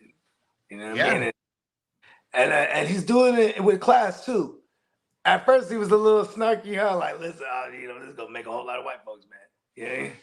I mean, of course it is, because like, who's got the stronghold on NCAA football? I mean, shit. Like, for the longest time, Any Given Sunday, that's a movie that we broke down on the Silver Screen Breakdowns. Jamie Foxx gets hella pissed. He's looking for the next black QB that's gonna get you to the bowl game. Yeah. Then they don't translate them to the NFL. Yeah.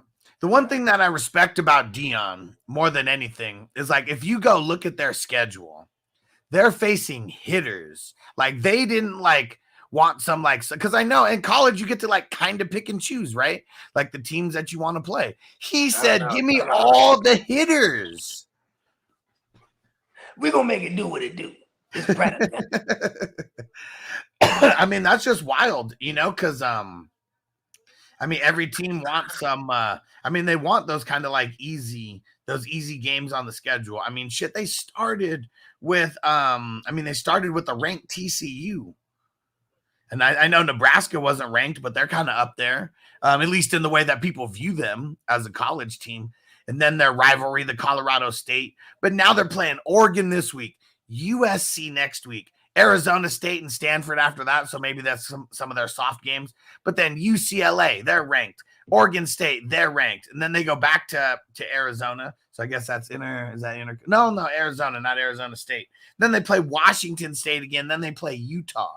So like out of all their games, they're playing Let me see how many ranked games. 1, 2, 3, 4, 5, 6, 7. 7 out of their 10 games are against ranked teams. That's ballsy right there. Mm-hmm. That's I mean, that's how you're gonna make noise too. He's smart. He knows, like, okay, I have faith in my guys. We're gonna make some noise and make sure this is, you know what I mean? Yeah. He's built. I mean, he like basically built a whole entire culture overnight. You know, I mean, I know it's not overnight, but I mean, in all things considered, right? In the larger scheme of things, hell yeah.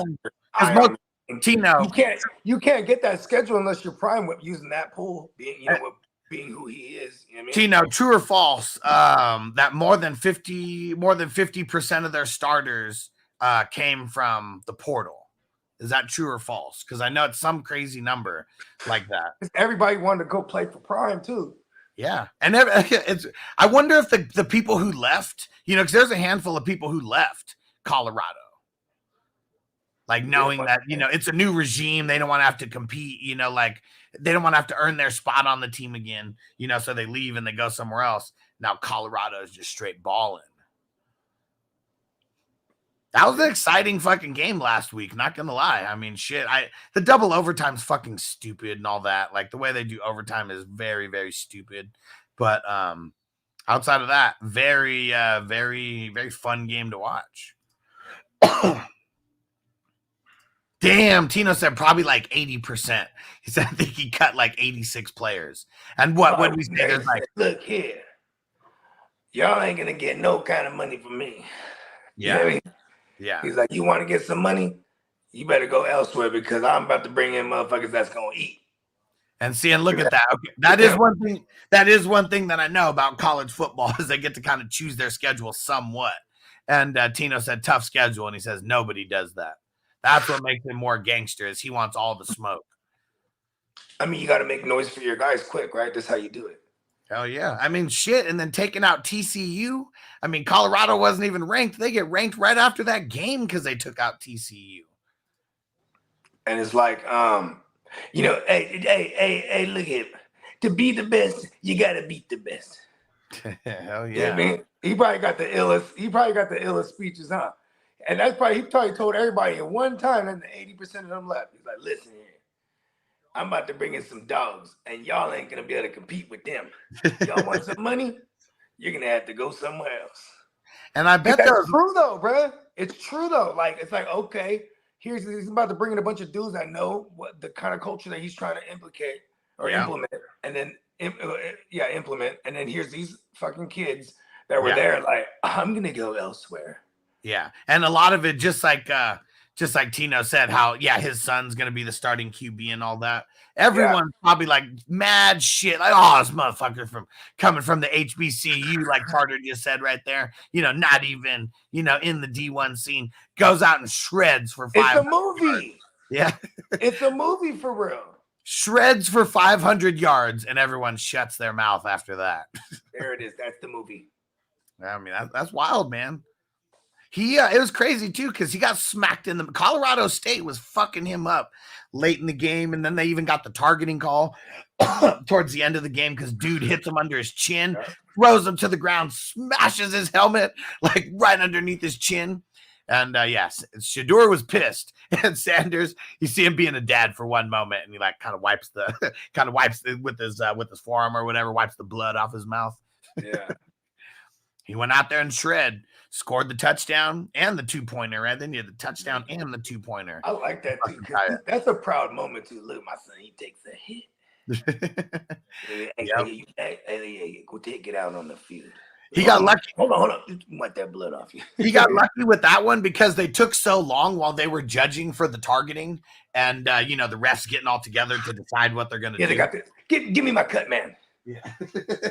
He got lucky that he got like 5 minutes or whatever to chill during that. Cause I mean, I don't think he got a concussion, but like talk about like a near broken jaw. Cause you're getting hit fucking right underneath your chin strap. Like, man. Busted his lip. Yeah. Busted his whole shit. Hell yeah. And Derek, did this happen yesterday? Where he said the Bengals just signed AJ McCarron to the practice squad. I think that happened yesterday. Yeah, they elevated him. Oh, they elevated him. Is that what happened? From the practice squad, yeah. Yeah, it's a tell. What Tino said, he said a few of the positions are took care of because I brought my luggage with me, and and they Louis. Nice. Where you going, Tino? No. He's talking about Prime. Oh yeah. California Brave, what up? Robert Woods, JSN, Gus Edwards in the flex. I'm gonna go Woods. I like JSN. Why? But Woods is getting the target. He's like the big play. Okay. The big play's got to come. Yeah. I mean, think about it. Carolina has been giving up some big splash plays down the field, but you know what? For the safety, I'm going to go with you on Bobby Tree. Yeah. Well, let's go look, because maybe I haven't been giving JSN the respect that he deserves. He hasn't. I don't know what he jumped up from, but I think he was at like 50+%, 55 maybe week 1. No, he was less than that week 1, huh? And really, it's the Lockett targets. That's what makes me not like JSN. I guess we don't know about he pushes Lockett out wide too, bro. Yeah. Like that's another thing. You know what's weird? Did you know that JSN played less snap percentage in week 2 than week 1? That's weird. And they went into overtime too. He played more snaps, but less snap percentage. That is weird. Well, not weird necessarily. Let's look at the 2 games. Well, didn't Noah Fant have a touchdown? There's probably more plays being ran. That's a good point. Like, I look at that stat, and that's what I think. It's more plays being ran, but maybe less of a percentage of 3 wide receiver sets. Because they were winning, right? Weren't they winning a bunch of that game? Well, or were they losing? No, they got the lead. They got the lead in the 4th quarter by Jared Goff throwing the game away. Remember? Yeah, and then for sure. And then Jared Goff, and then when getting the ball back, I think that they kick it into overtime. I forget who gets them into overtime, but anyways, and then it was all she wrote. Tyler Lockett. Yeah, see, and look, it almost doesn't. Well, actually, it does. Well, it doesn't make sense. So game 1. Here's why it might make sense. Game 1, they're winning. Let me get my thought out real quick. Right. Week 1, they're winning, but they ran more wide receiver sets than week 2 when they were losing. And they were trying to run the ball a lot, and then look at Noah Fant snaps, because it's didn't he score the touchdown? It's they attacked him like everyone should. They attacked. He with the tight end. See, that's what's crazy is none of their tight ends even play more than 50% snaps. He played, I guess Parker. They have 3 of them there, right? Yeah, and actually crazy. So last game, actually 2 of their tight ends played more than 50% of snaps, and Noah Fant played 47% of snaps. See, there it is. That's what happened there. And so they're just running a shitload of 12 plays, and on top of running a shitload of plays for this game at least. Do you think they ran? You think they ever ran any? I don't even know what 3 tight end personnel is fucking called, but do you think they ran some 3? It's funny because I just call it 13 personnel. I don't know if that's the thing. Yeah, 3 tight ends, but it's that last year it was them and the Ravens and the Browns that do it the most. You know what I mean? I mean, you got 3 tight ends that played damn near 50% of the snaps. They're on the field a lot. Did it even translate? I know it translated to a big Ken Walker touchdown game, but did it translate to his yards on the ground? Because that would make sense. They're going big packaging. See? No. That's weird. Ken Walker wasn't the most efficient. It was those 2 tugs. Yeah. Oh, yeah, but Will Disley might not play this week, or actually he's doubtful, so he's probably not going to play. Not going to play. I wonder how that changes. You start running less 3 tight end personnel, and you start running more 3 wide receivers. It's kind of. I'm glad you pointed it out about when the game script Like, you know what I'm saying? Because it made me remember, like, because last year they were in a lot of negative game scripts. That's why it was a ton of three wide sets. And like, and even though they were at the top of the league, like I said, with running like a 12 personnel and 3 tight end sets. Yeah. But it was because they ran a shitload of plays, so they were able to like be in both categories. You know what I mean? But it's because they were in all negative game scripts last year, bro. Yeah. Like for real though, they were like shootouts like all year. It was crazy. And what up? Who is this? IG? It's something, honey. What up? Which YouTube channel are they watching on? Let's see, because we're streaming on multiple YouTube channels right now. Let's see. What's happening? Not on the Funk. Where they find us? They find us on the GMM. Let's see.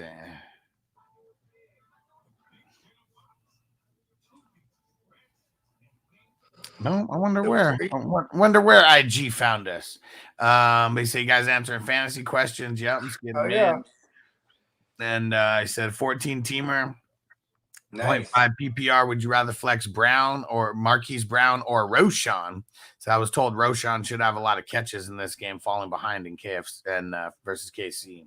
I could agree with that, and now I got a strong hankering for KFC. I ain't gonna lie to you. I just all of a sudden want some KFC, bro. But you know what? Because Marquise Brown, like, I mean, like I feel like they move him around enough. Like he could be a PPR or a half PPR machine here. And Roshan, like, I mean, like, you need him to get the receptions because, like, if like playing from behind, like he said, like you might abandon the run. You know what I mean? Yeah, that's the one thing that sucks with. I mean, Roshan is still the 1B to Khalil Herbert, and I mean the one good thing that they have going is like Donta Foreman. You know, like I don't even know if he's coming back and playing this week or not. But if Foreman comes back, that even means a couple less touches. For another thing too is like Roshan is like damn near on 100% of the third downs because he could pass pro better than any of those guys. So even as the rookie, like that's why they I mean, there's that. But I'm just gonna go Hollywood here. Yeah, and I'm usually saying goodbye to Hollywood. Yeah, I'll take them. Should be a safer floor than Roshan. And Tino said it is 13 personnel. Okay, perfect. There you go. Yeah, look at me. I just thought it was like stupid sounding because I was just, you know what I mean? And I always confuse myself with 11 and 21. You know what I mean?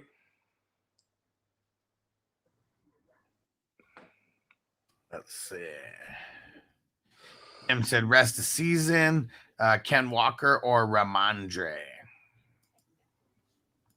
This is tough. Like, what's the context though? You need touchdowns out of Ken Walker to sustain him and or big plays because he's definitely big play dependent and or touchdown dependent. And like Stevenson is just gonna have this steady floor of receptions. And he's going to get the early down work. He's between the 20s, so fucking little bug. They get near me. I feel like it fucking goes up my nose or something. Let's see. So Seahawks have the 23rd easiest RB schedule going forward. But that's based off the information that we have now. So very limited sample size. And then let's see what the Patriots have. Damn, Patriots have the 30th easiest. Based on that, Ken Walker's the play then. Yeah, so man. But, I mean, and like have both of them. Is that like, are we trying to trade one of them away? Yeah, that's why I said, like, what's the context behind this? Like, you trading one for one? Like, what's going on? Because there's definitely, you know why? Because there's definitely people that's running back needy in people's leagues for sure. So, I mean, it is an honest question. Like, okay, who would, if you're thinking about trading one of them, you know what I mean? If I can get my hands on Charbonnet, I'll trade Stevenson so quick. I'm just saying, because then I lock down that entirety of that backfield, right? Quote unquote. Yeah. And then maybe you can flip, because you can flip Steve to a running back needy person right now. You can flip Stevenson for like a high end receiver. You know what I mean? Yeah. You could do the same thing with Walker too. I'm just saying, like, if it was up to me, if I'm moving one of them, I'd move Stevenson right now. Yeah. Yeah. And Tim said taking one or the other in a trade. Well, put the whole trade in there. And Big BS said Chiefs are the Browns defense. I mean, come on, it's got to be the Chiefs versus Chicago. Like Chicago's giving up the third most points team defense right now. They suck. Bong. They suck. All right, we got through all the questions. There we go. Look at us. Yeah, we'll smoke another bowl or two before we get out of here. I don't know if we'll be able to be back on during the Colorado game or not. Are we doing the booty call tonight? Pause. Yeah. Of course, got to. Right? Gotta you know what I'm saying? Get them officials. We gotta get them official chefies. Hell yeah. And IG said thanks. And which YouTube channel are you on right now? I'm not seeing your messages coming in on the main channel that we're on here. Yeah, which YouTube channel are you watching on? Oh yeah, and while we're still here, put it in what the trade is. You know what I mean? Love to have some context here. Yeah. See, now the question does make sense though, because it's who does he want for the rest of the season, right? Yeah. And like, you know, it's funny too, because I'm crazy this year. I'm like, I'm gonna get on like a quarter to quarter basis. Yeah, once we start getting more, you know, after this first quarter, knowing what like the schedule is gonna look like, you know what I mean? Yeah. As opposed to like, you know, when we look at these run defense schedules and you know strength and schedules and stuff like that, you know, it starts to make sense more after 4 weeks into it. You know what I mean? Oh, he said he's on the 420 fantasy right now. I don't know why am I not seeing your messages in the chat. Let me see. I wonder if but yeah, we have multiples. So the GMM Network, that's Bogey's channel, and then also on Fantasy Football Funk, that's our at least channel with no weed in the names.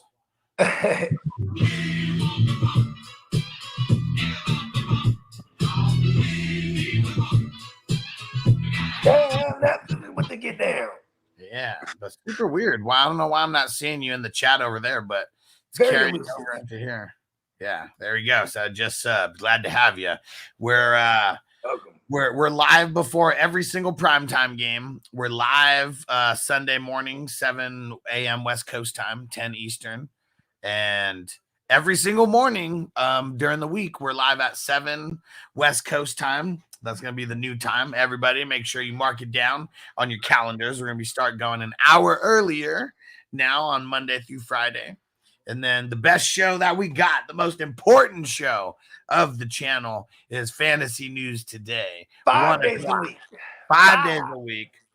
1 p.m. West Coast time, 4 p.m. Eastern. We're bringing you all the injury updates. And it's you got to be watching that show because we get so much information that like you get it right then and you hit the waiver wire, you know, on the Wednesday through Fridays at least. Yep. Tuesday morning, waiver shit. Saturday nights, late night booty calls. Oh, yeah. And we do it at that time. We were going like 8 West Coast time, 8 or 9 would be around the start time. And it's because we usually get Adam Schefter's ins and out of on Saturday night. And we answer a bunch of questions for those of y'all that might not get up early in the Sunday morning. You know what I mean? But we encourage y'all because information does change. Hell yeah. For all you real degenerates out there. Hell yeah. And I'm going to throw the Twitch link in again. Don't forget, it is September, so you can actually sub a lot cheaper, 20% cheaper over there. Look at that. Sign up for 6 months. It's 30% cheaper. Man, I really want to do that movie, The Harder They Fall. Man, I cannot wait until we do that on the Silver Screen Breakdowns. I cannot wait for you and Nelly to watch that. Crazy because it's movie's only 2 years old. And I mean, that's like an instant classic, I feel. What's up, big guy? All right, one more dab before we get out of here. Yeah, get out, my friend. Watch this right here. We'll wash my hands. Smell like crazy. Yeah, because what'd you think of that scene that I showed you? I know you didn't really get any of the what was going on in there. Or it was enough. And then it also like especially if that's what I'm gonna get with dope ass samples and shit. I'm like, oh, this is hard. Yeah. Immediately, I was like, oh, I know that sample. Boom. Hard. Then I was slapping it instead of listening to the countdown. I was slapping it. I like the countdown though. That shit hypes me up. Hell yeah. Got the bogey tracks on there. It's like, those ones gotta drop now. I love those ones too. Yeah. That was like I think I want to say like the 2021 fucking spree I was on. Yeah. You know what I mean? Because I just found those ones like, oh, I forgot about these. Damn. Yeah, you know what I'm saying? Like I literally had like 50. I was like from 2021 to 2022. And then Size matters catfish, and he said, fire in the hole, boys. Puff, puff, pass. Let's go. Yeah, get lit. Hold on. Smoke weed every day. And Wes said, what up, what up? Smoke it up. Let's get it. Fat Dab in the building. Yabba dabba do. Let's go.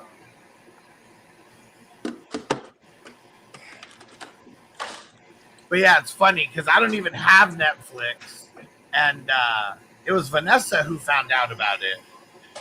And when she was just, she was going through a Netflix account when she was like at her mom's house or something. And she saw that and she's like, what the hell is this? Because she loves cowboy movies. And that is a gangster ass cowboy movie right there. I'm about to watch that shit, bro. I mean, you got to be a gangster cowboy if you're a black cowboy, bro. And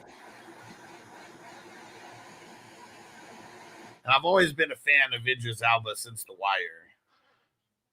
Yeah, he's hard. Yeah, and he's the most rootinest, tootinest. Well, I guess they're in Texas. I was going to say Gun in the West, but most of this movie takes place in Texas. Yeah, but see, they considered that the West though back then. The whole right. Like I guess that's true. The whole Western side of America. It was a motherfucking desert. It's the West, bro. It's hot. It's the desert. It ain't the South. Motherfuckers might not even made it farther west. Right?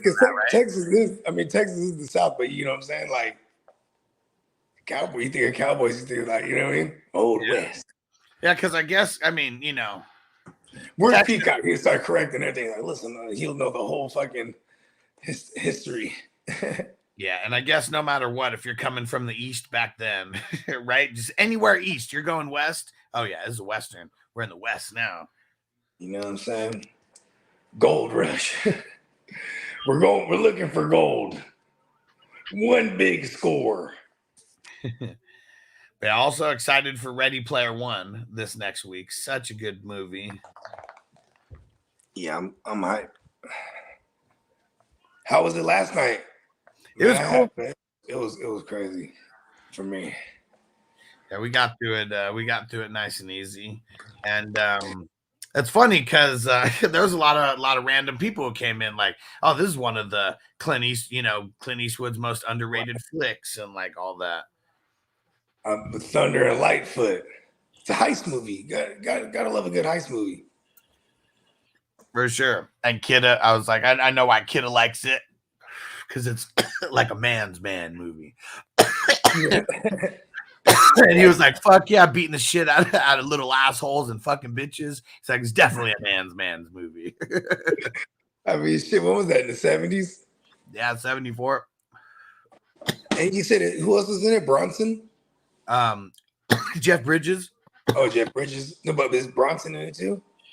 I don't think so. Oh, okay, I don't know why I was thinking he was in it too. Gary Busey has a little part in there. Oh, word? Young Busey? Yeah. What's that, Crazy Busey. That's what you want to eat? Crazy ass Gary Busey.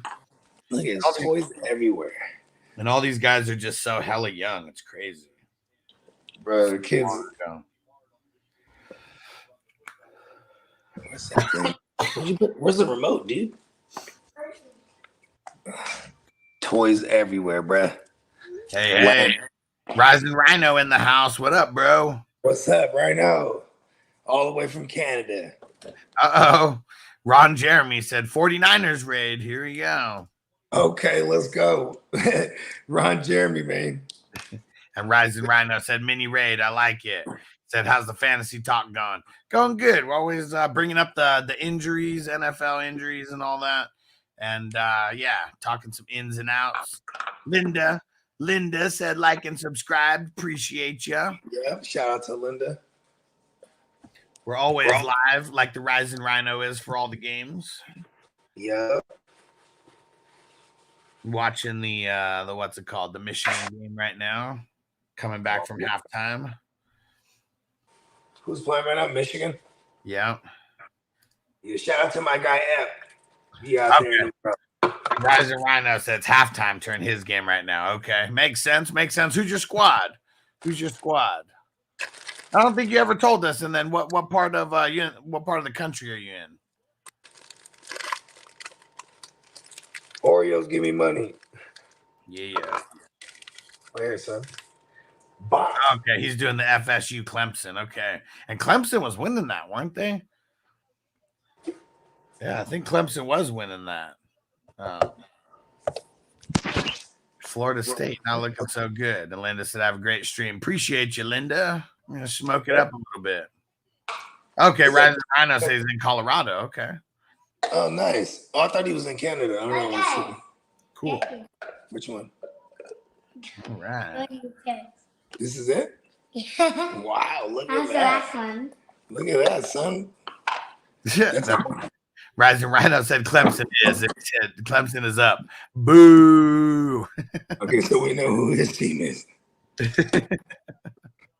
You going to be streaming for that Colorado game? Yeah, I'm not sure. I might have something going on at that time, so I might not be able to stream for that one, but it's going to be a good one to watch. Definitely. The world will be watching. Oh, yeah. You been watching any of the Colorado games, Bogey? Yeah. I was on there watching with you. Watching on the phone. On the side. Should be buffering like crazy when I watch it in the garage. Yeah. Yeah, candlesticks like bro, he's like, you gotta get one of them sticks. Yeah, he says like that. Yeah, got to. Like, real Mexican. Like, bro, you gotta get one of them sticks. I was like, oh, we got sticks. One of them sticks. The Wi-Fi stick. I thought he was talking about guns. Oh my gosh. Arturo said, should I trade Kelsey? Never. And he did have the whole question. Should I trade Kelsey for B-Rob, Pitts, and Mike Williams? No. Don't. You can get better. And come on, like, if you can get way better than that. It's Travis Kelsey. Never trade him, especially for something like that. Don't do it. Okay. And Rising Rhino said no Colorado game for me, doing 2 college football games and good old Canada. All right. What up, Eric? Said y'all gonna do the Mizzou game tonight? Nah, so we'll be live and we'll be talking about football games, but we probably won't be covering anyone specifically. Because we're gonna be doing a recap of a fantasy tournament. We usually do that on Saturdays, and then come 8:00 West Coast time tonight. I'm not even sure when that last game is. We're going to be doing our we call it the late night booty call, but it's when we cover when we do a bunch of fantasy questions for the night. Let's see. What time is that Ohio State game, the Ohio Notre Dame game tonight? I know they're like one of the last.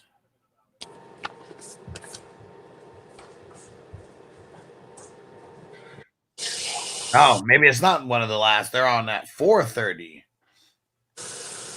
Oh, word? Yeah. It's crazy. The USC game, the USC Arizona game starting at 7:30. Those 7:30 games, man, you really gotta commit if you're an East Coaster. Nice. Cameron said I'm gonna watch UConn Duke. Nice.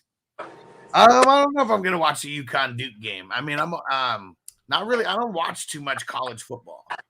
More NFL. You know, Danny Dumbass, he's gonna watch that Duke game. Yeah. Crispy said, should I trade Kelsey for Tony? Yeah, I have Tony. I have Tony for you. Man, I will go acquire Tony just so I can trade Kelsey. I would do that. And then we know Crispy just wanted to hear the drop. Tony. Now he loved Tony. And Bake said Jerome Baker or Quincy Williams for the LB spot. I'll play Baker. Let's see. I was gonna say Quincy. Well, because like the Broncos are gonna definitely try to run a ton on them. You know what I mean?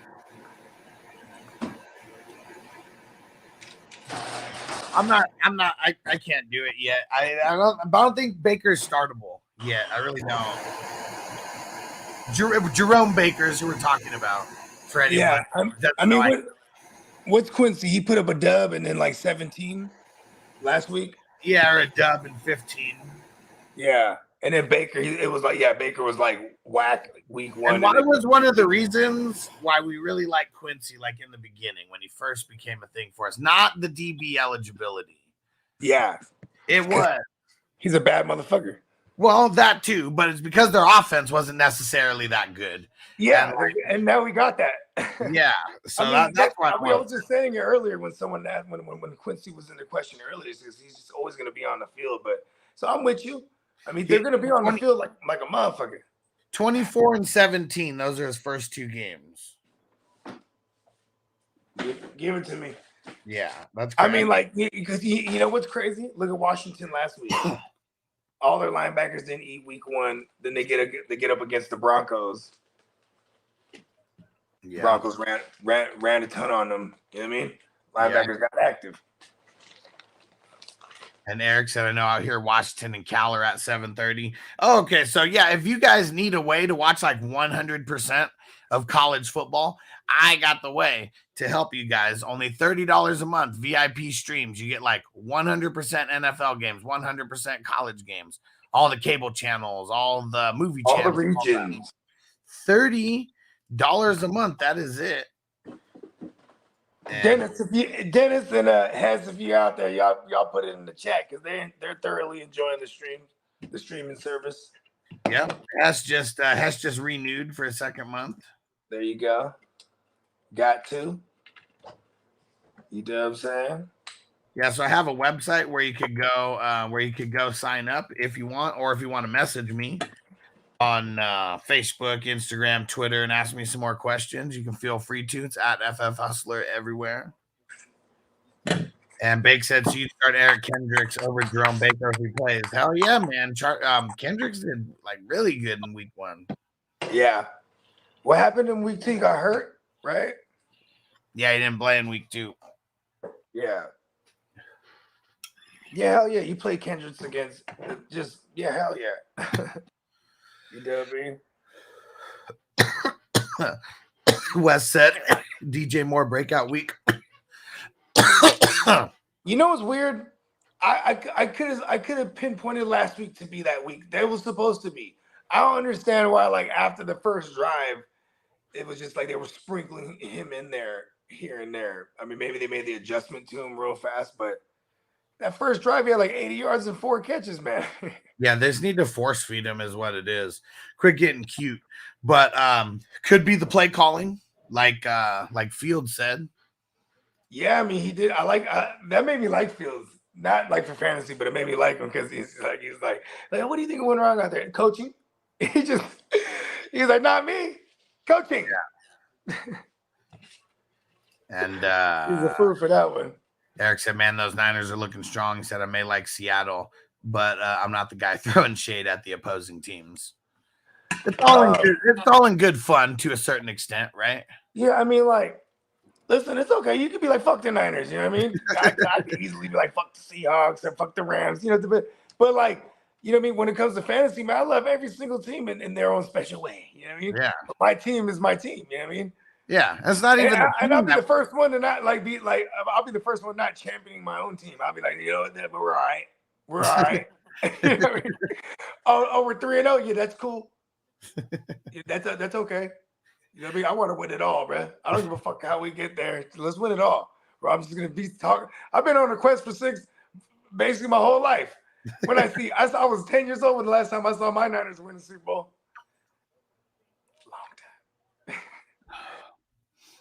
Long time. And Wes said I'm starting him over D-Hop. Yeah, I mean, especially D-Hop being hurt all week and all that shit. Like, yeah, I don't want to force feed D-Hop into a lineup this week. Yeah, play against the Browns. And Tino said, "How about them Cowboys?" Nobody asked, Tino.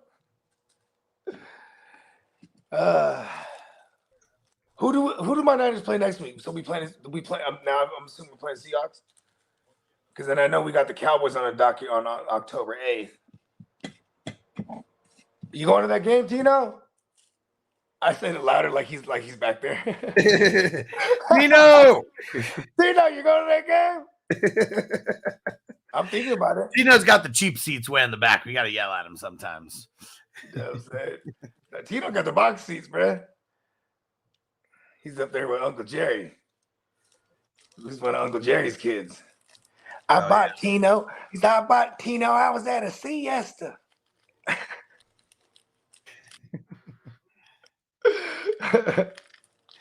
Oh man. And yeah, just answering some questions of the person who just signed up on the streams. They said, is it gonna work better on the phone or on the Fire Stick? Yeah, I'm always using it on the Fire Stick unless I'm on the go. And then I'll like at least I can use it on the phone, but and I would say compared to all the other joints, the buffering is like little to none for real. Yeah, it's really when you start doing the the four-way split screens, split screens and shit. For sure, yeah, because it's also like whatever it is, like during football, like everyone's watching the football game, so it's like that goes in a little bit worse. But I think also, or like why it would buffer a little bit more. But I think also people, they really just forget to like turn off the Fire Stick or like unplug it every once in a while. So it's like computer that's been on for like 3 weeks and all the cache and everything's building up. Yep. It'd be like that. My phone is like that, blood. Yeah. I hate that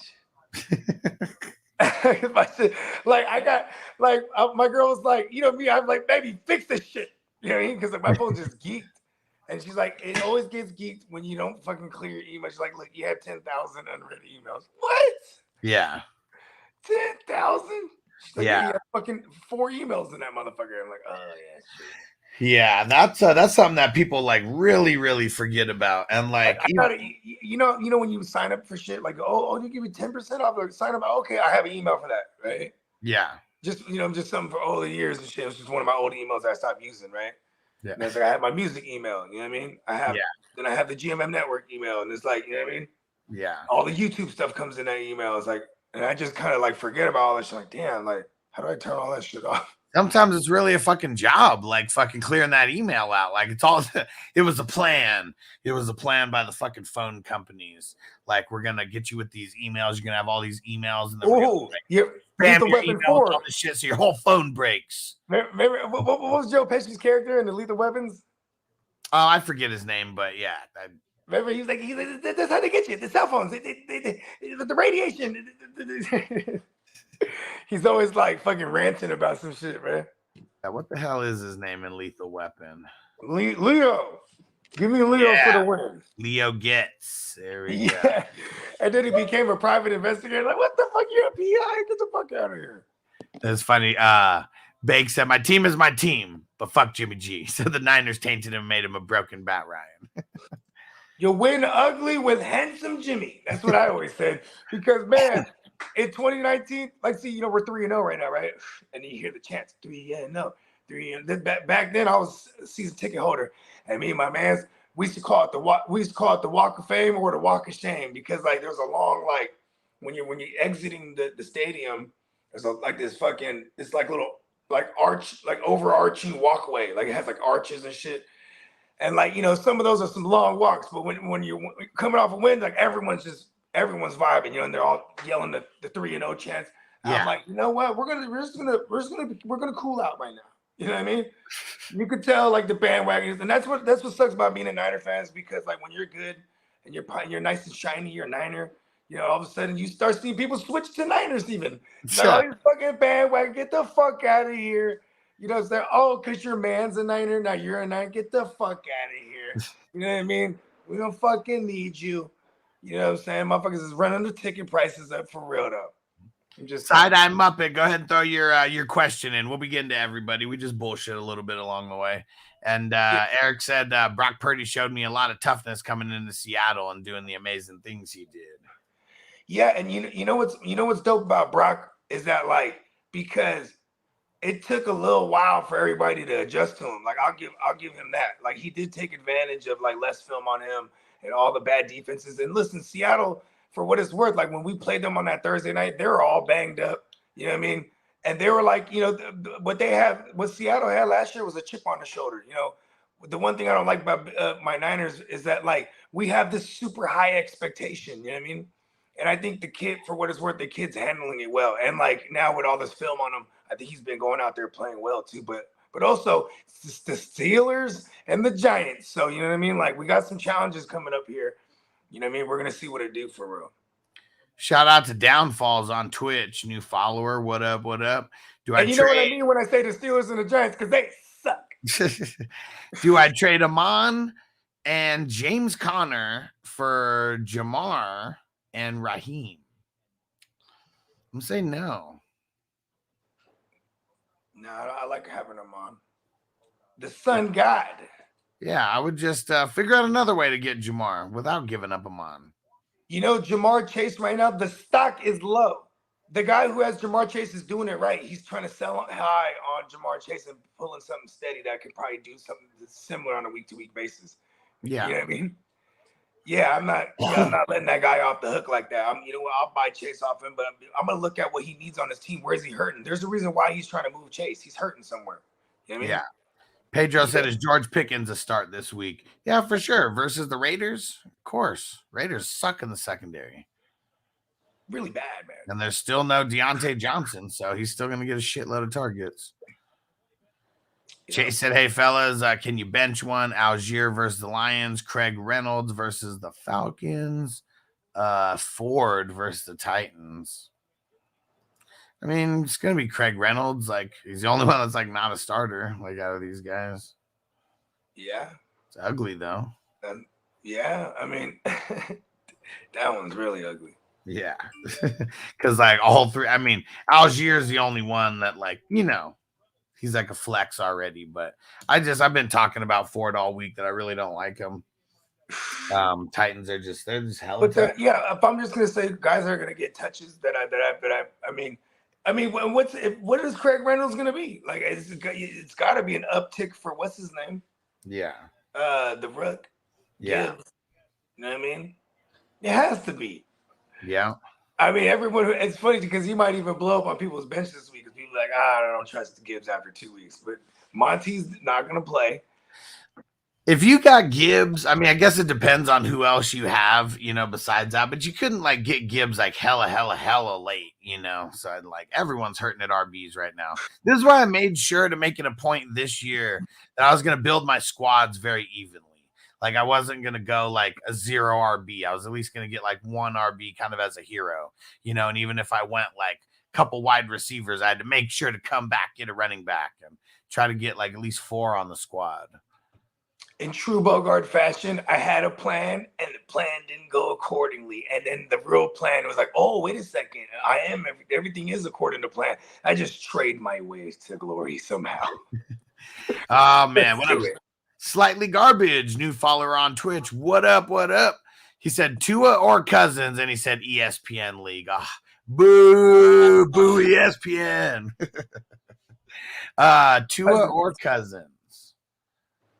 Oh, yeah. That's hard, actually. Pause. Because Broncos, even though they have a good D, for whatever reason, they still been giving up the booty. I mean, they gave up booty to the Raiders week 1 through the air. Yeah. Gave up booty to for what it's worth. They were, receiving touchdowns to the Commandos. Yeah. It's like if you combine that, like with the 2 weeks, like even Adams had a touchdown on him, right? Yeah. Yeah. It was like the first drive of the game. Yeah. It's funny. That's a Vance Joseph defense. He has all this great personnel. He just can't do it. Remember in Arizona? It's all this great personnel. He just doesn't know what to do with them. Tua, what's the Waddle status? We haven't heard yet. It's like 1 o'clock Eastern time. We'll probably hear something by then. Damn. That's what sucks. We haven't heard anything yet. Is it 10 o'clock West Coast time yet? Yeah, it's 11. God damn it. Let's see. Oh, well, yeah. Well, no, not 1 o'clock Eastern, 4 o'clock Eastern. My bad. Oh, One West Coast time. That's what I meant. That's it. That's what I meant. And let's see. Hold on. So let me see. So who the hell are? Oh, yeah. Vikings are playing the Chargers. And yeah, I'm starting Cousins versus the Chargers. Yeah, I'm starting Cousins. That was my. They even gave up hella points. They even gave up hella points to Ryan Tannehill. Chargers. Yeah, I mean Broncos are a very good matchup as well. I mean you're blessed with good matchups because I think both guys are going to finish inside the top 6 this week. Those matchups are hella juicy. Yeah, because Kirk. One thing about Kirk is he's going to pad it with yards. You know what I mean? Stuck on defense. Yeah, yeah. Love it. Kirk is like the perfect recipe for like fantasy greatness out of a QB, and not even it doesn't even have that much to do with him necessarily. Like it does, like he's a good quarterback, but I mean you have a real shitty defense. Your run game is hella suspect. You got just the amazing weapons out there at wide receiver and tight end, and even multiple weapons at the wide receiver position, and mainly a real shitty defense. Like that is like one of the things we love. You got Kevin O'Connell. Coming over from the Sean McVay, but Kevin O'Connell being the former QB, so he just that's where his you know why I like Kellen Moore, because former QB, like this is what they want to do. Like we're gonna throw it, kid. You know what I mean? Hey Kirk, we're throwing it. Fuck yeah, we are. Fuck yeah, we are. What's his name? Kenny. Oh yeah, Kevin O'Connell. Yeah, Kev. Hey Kirk. Yeah, Kev. We're throwing it. Let's see. Side-eye Muppet. Kittle, Hunter Henry, and Gabe Davis for Travis Kelce. I get Kelce. Do it. Do it. Yeah, I'd say do it. You think Gabe Davis is a top 24 guy this year? Man, I mean, last year. So at least what Stephon Diggs said, because I listen to a lot of these football podcasts, and I've been listening to. Said he was hurt all year. Yeah, and they said it happened hella early too, like week 1. It happened week 1. He went out there week 2, caught a touchdown, but didn't do anything else. Then week 3, he was basically decoying on, bro. Like what's crazy is that he ran 100% of routes per drop back. That's alarming. Because now with that information, it's like, oh, he was a decoy most of the year. 100% decoy. That's why he's always going into a route. And now he's healthy. Let's go. Yeah, so I'll still do that though. Give me Kelce. Hell yeah, man. Because when you get Kelce, you give me Mahomes. Like that's your piece of Mahomes, the piece to have. And especially Hunter Henry, I'm assuming you picked him up off the waiver wire, unless you drafted him with your last pick or whatever. Number 2 tight end. You're doing it right. Yeah. And George Kittle just balled, selling high. And this is what you have to do. If this, I mean, what is this, a 10-man league? Oh, yeah, literally said it there. 10-man PPR. You're not getting a trade in a 10-man league for a top dog unless you're offering like a 3-for-1 anyways. And I'm all about it. Yeah. And I'm pretty sure it's your traditional like 5 or 6 man bench, right? So it's like, you know what I mean? The waiver's very friendly. It's like your second bench. And what up, Bix? He said the Lions will use Reynolds for Monty's role and continue misusing Gibbs. Damn, you think so? I said that on the show the other day. Yeah, but I was like, but I just refuse to believe it though. Yeah. I refuse to believe it. You know what? If someone told me, hey, maybe this kid learned the playbook slowly, that would make sense to me. But like now he has an opportunity here with Monty. I mean, I don't know. Talent is talent, bro. It's fucking Craig Reynolds, bro. Unless Craig Reynolds can pass pro, that would suck. Like, oh, okay. And you know what, too? If they're in an even kill situation, because, you know, we saw when they're going hurry up, they were going to the kid. Yeah. But see, you don't necessarily need pass pro right there. You know what I'm saying? If it's like, if you're going hurry up and it's early downs, right? You can keep the kid out there. Derek said my work league is ESPN too. Boo! Quit that league. It was funny. Side I'm up and says ESPN league. I'm in. Got all the homies in it, and they stingy as fuck. Yeah, that's how it be, man. Like, all my homies, they didn't want to get off the Yahoo league. I just quit those leagues. You know what I mean? It's like, you know what? Sleeper's the GOAT. Yeah. Just have everything. I like having everything in one spot, and Sleeper's just, I like it's better. Yeah, I like that I have like 120 teams, and there's even more than that because like all the wafers leagues and all that, you know, that I'm commissioner of. Like, man, there's like legit 140 teams in there. And you could commission them for your phone too. You don't have to go on the computer and fucking do commissioner tools on the computer, or switch to browser mode. You know what I mean? Like the fuck. And yeah, ESPN and Yahoo both have issues like that where there's certain things you can only do from the computer. I like it though. Make it tough on the commissioner. I like it in that aspect. But see, when I'm the commissioner, I'm like, I don't want to make it all difficult. Yeah. That's also why people don't change settings. I get it though. Like what it's like, because we were real serial about our home leagues. We used to have meetings and shit, vote on everything. Motherfuckers was gung ho. You know what I'm saying? This year, right? They just push shit through. Yeah, well, it came to that point, like maybe about 2017 or 18. I just switched it. I said, because they kept voting to keep the vetoes in. I was like, fuck that shit. I just switched it. And then the moment someone got a trade off, they're like, I like that. You know what I mean? Yeah. Like, exactly, you motherfuckers. The real world. Can't wait. 48 hours with savages. They'll find a way. And then I even looked it up. I was like, damn, in the Yahoo league, if it's a 10 or a 12 team league, all you need is 4 votes. That's stupid. It's fucking insane. Stupid. It's fucking insane. No one gets trades done. That shit made me mad. Motherfucker gonna die. Like, like I gotta win this thing in the draft and the waiver. Like, I mean, that's cool too, but it's like, you know.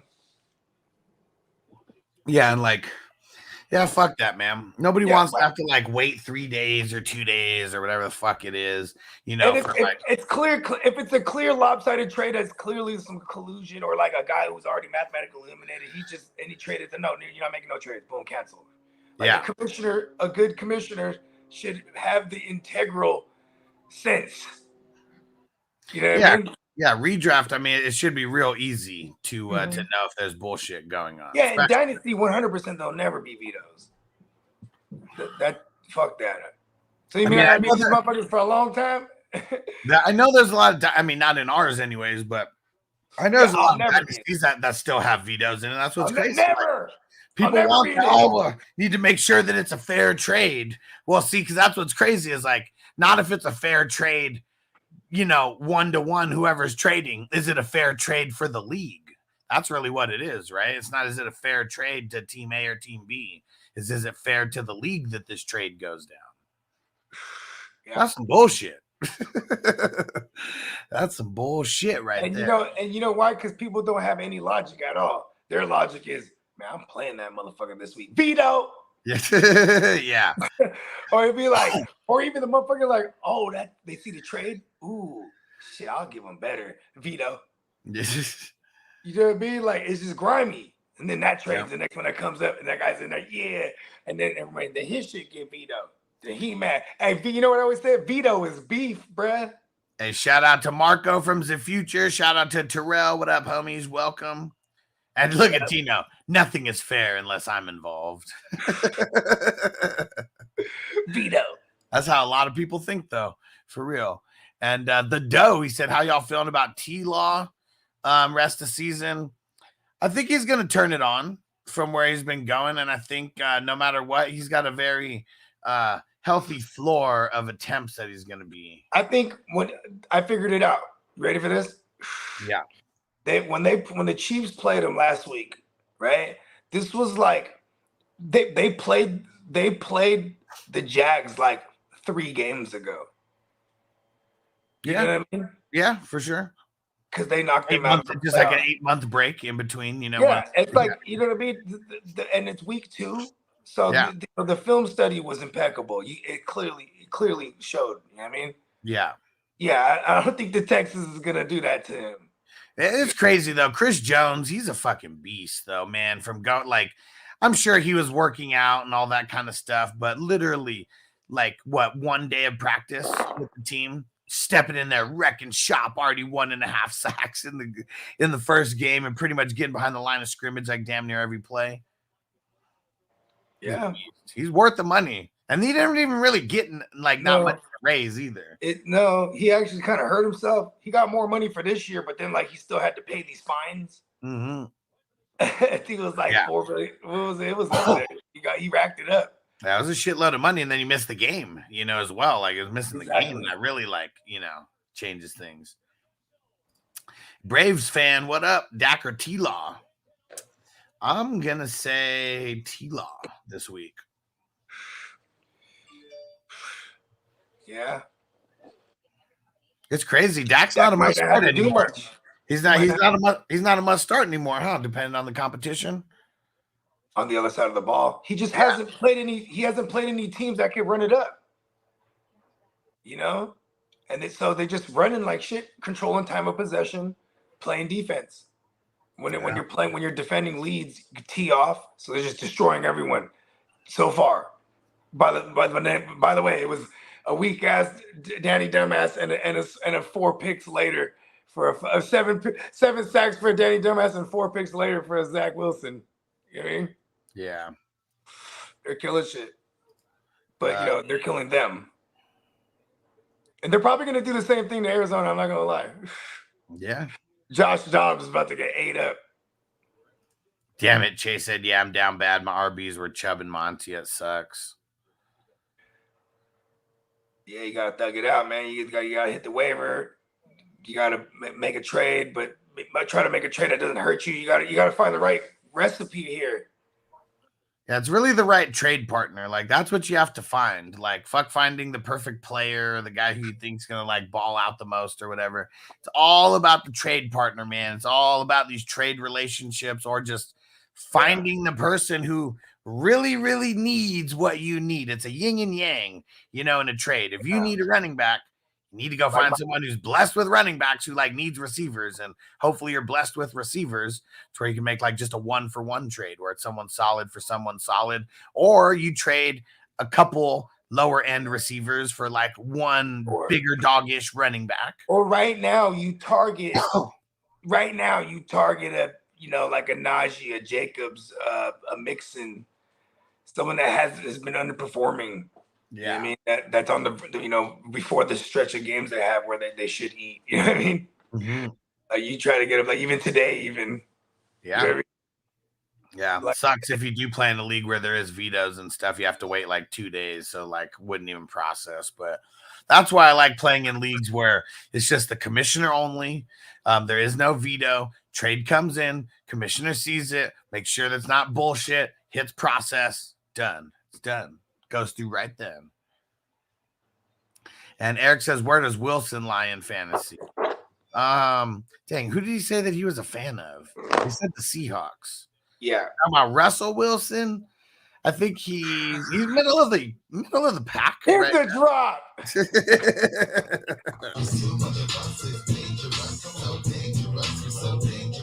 He's more dangerous than ever, bro.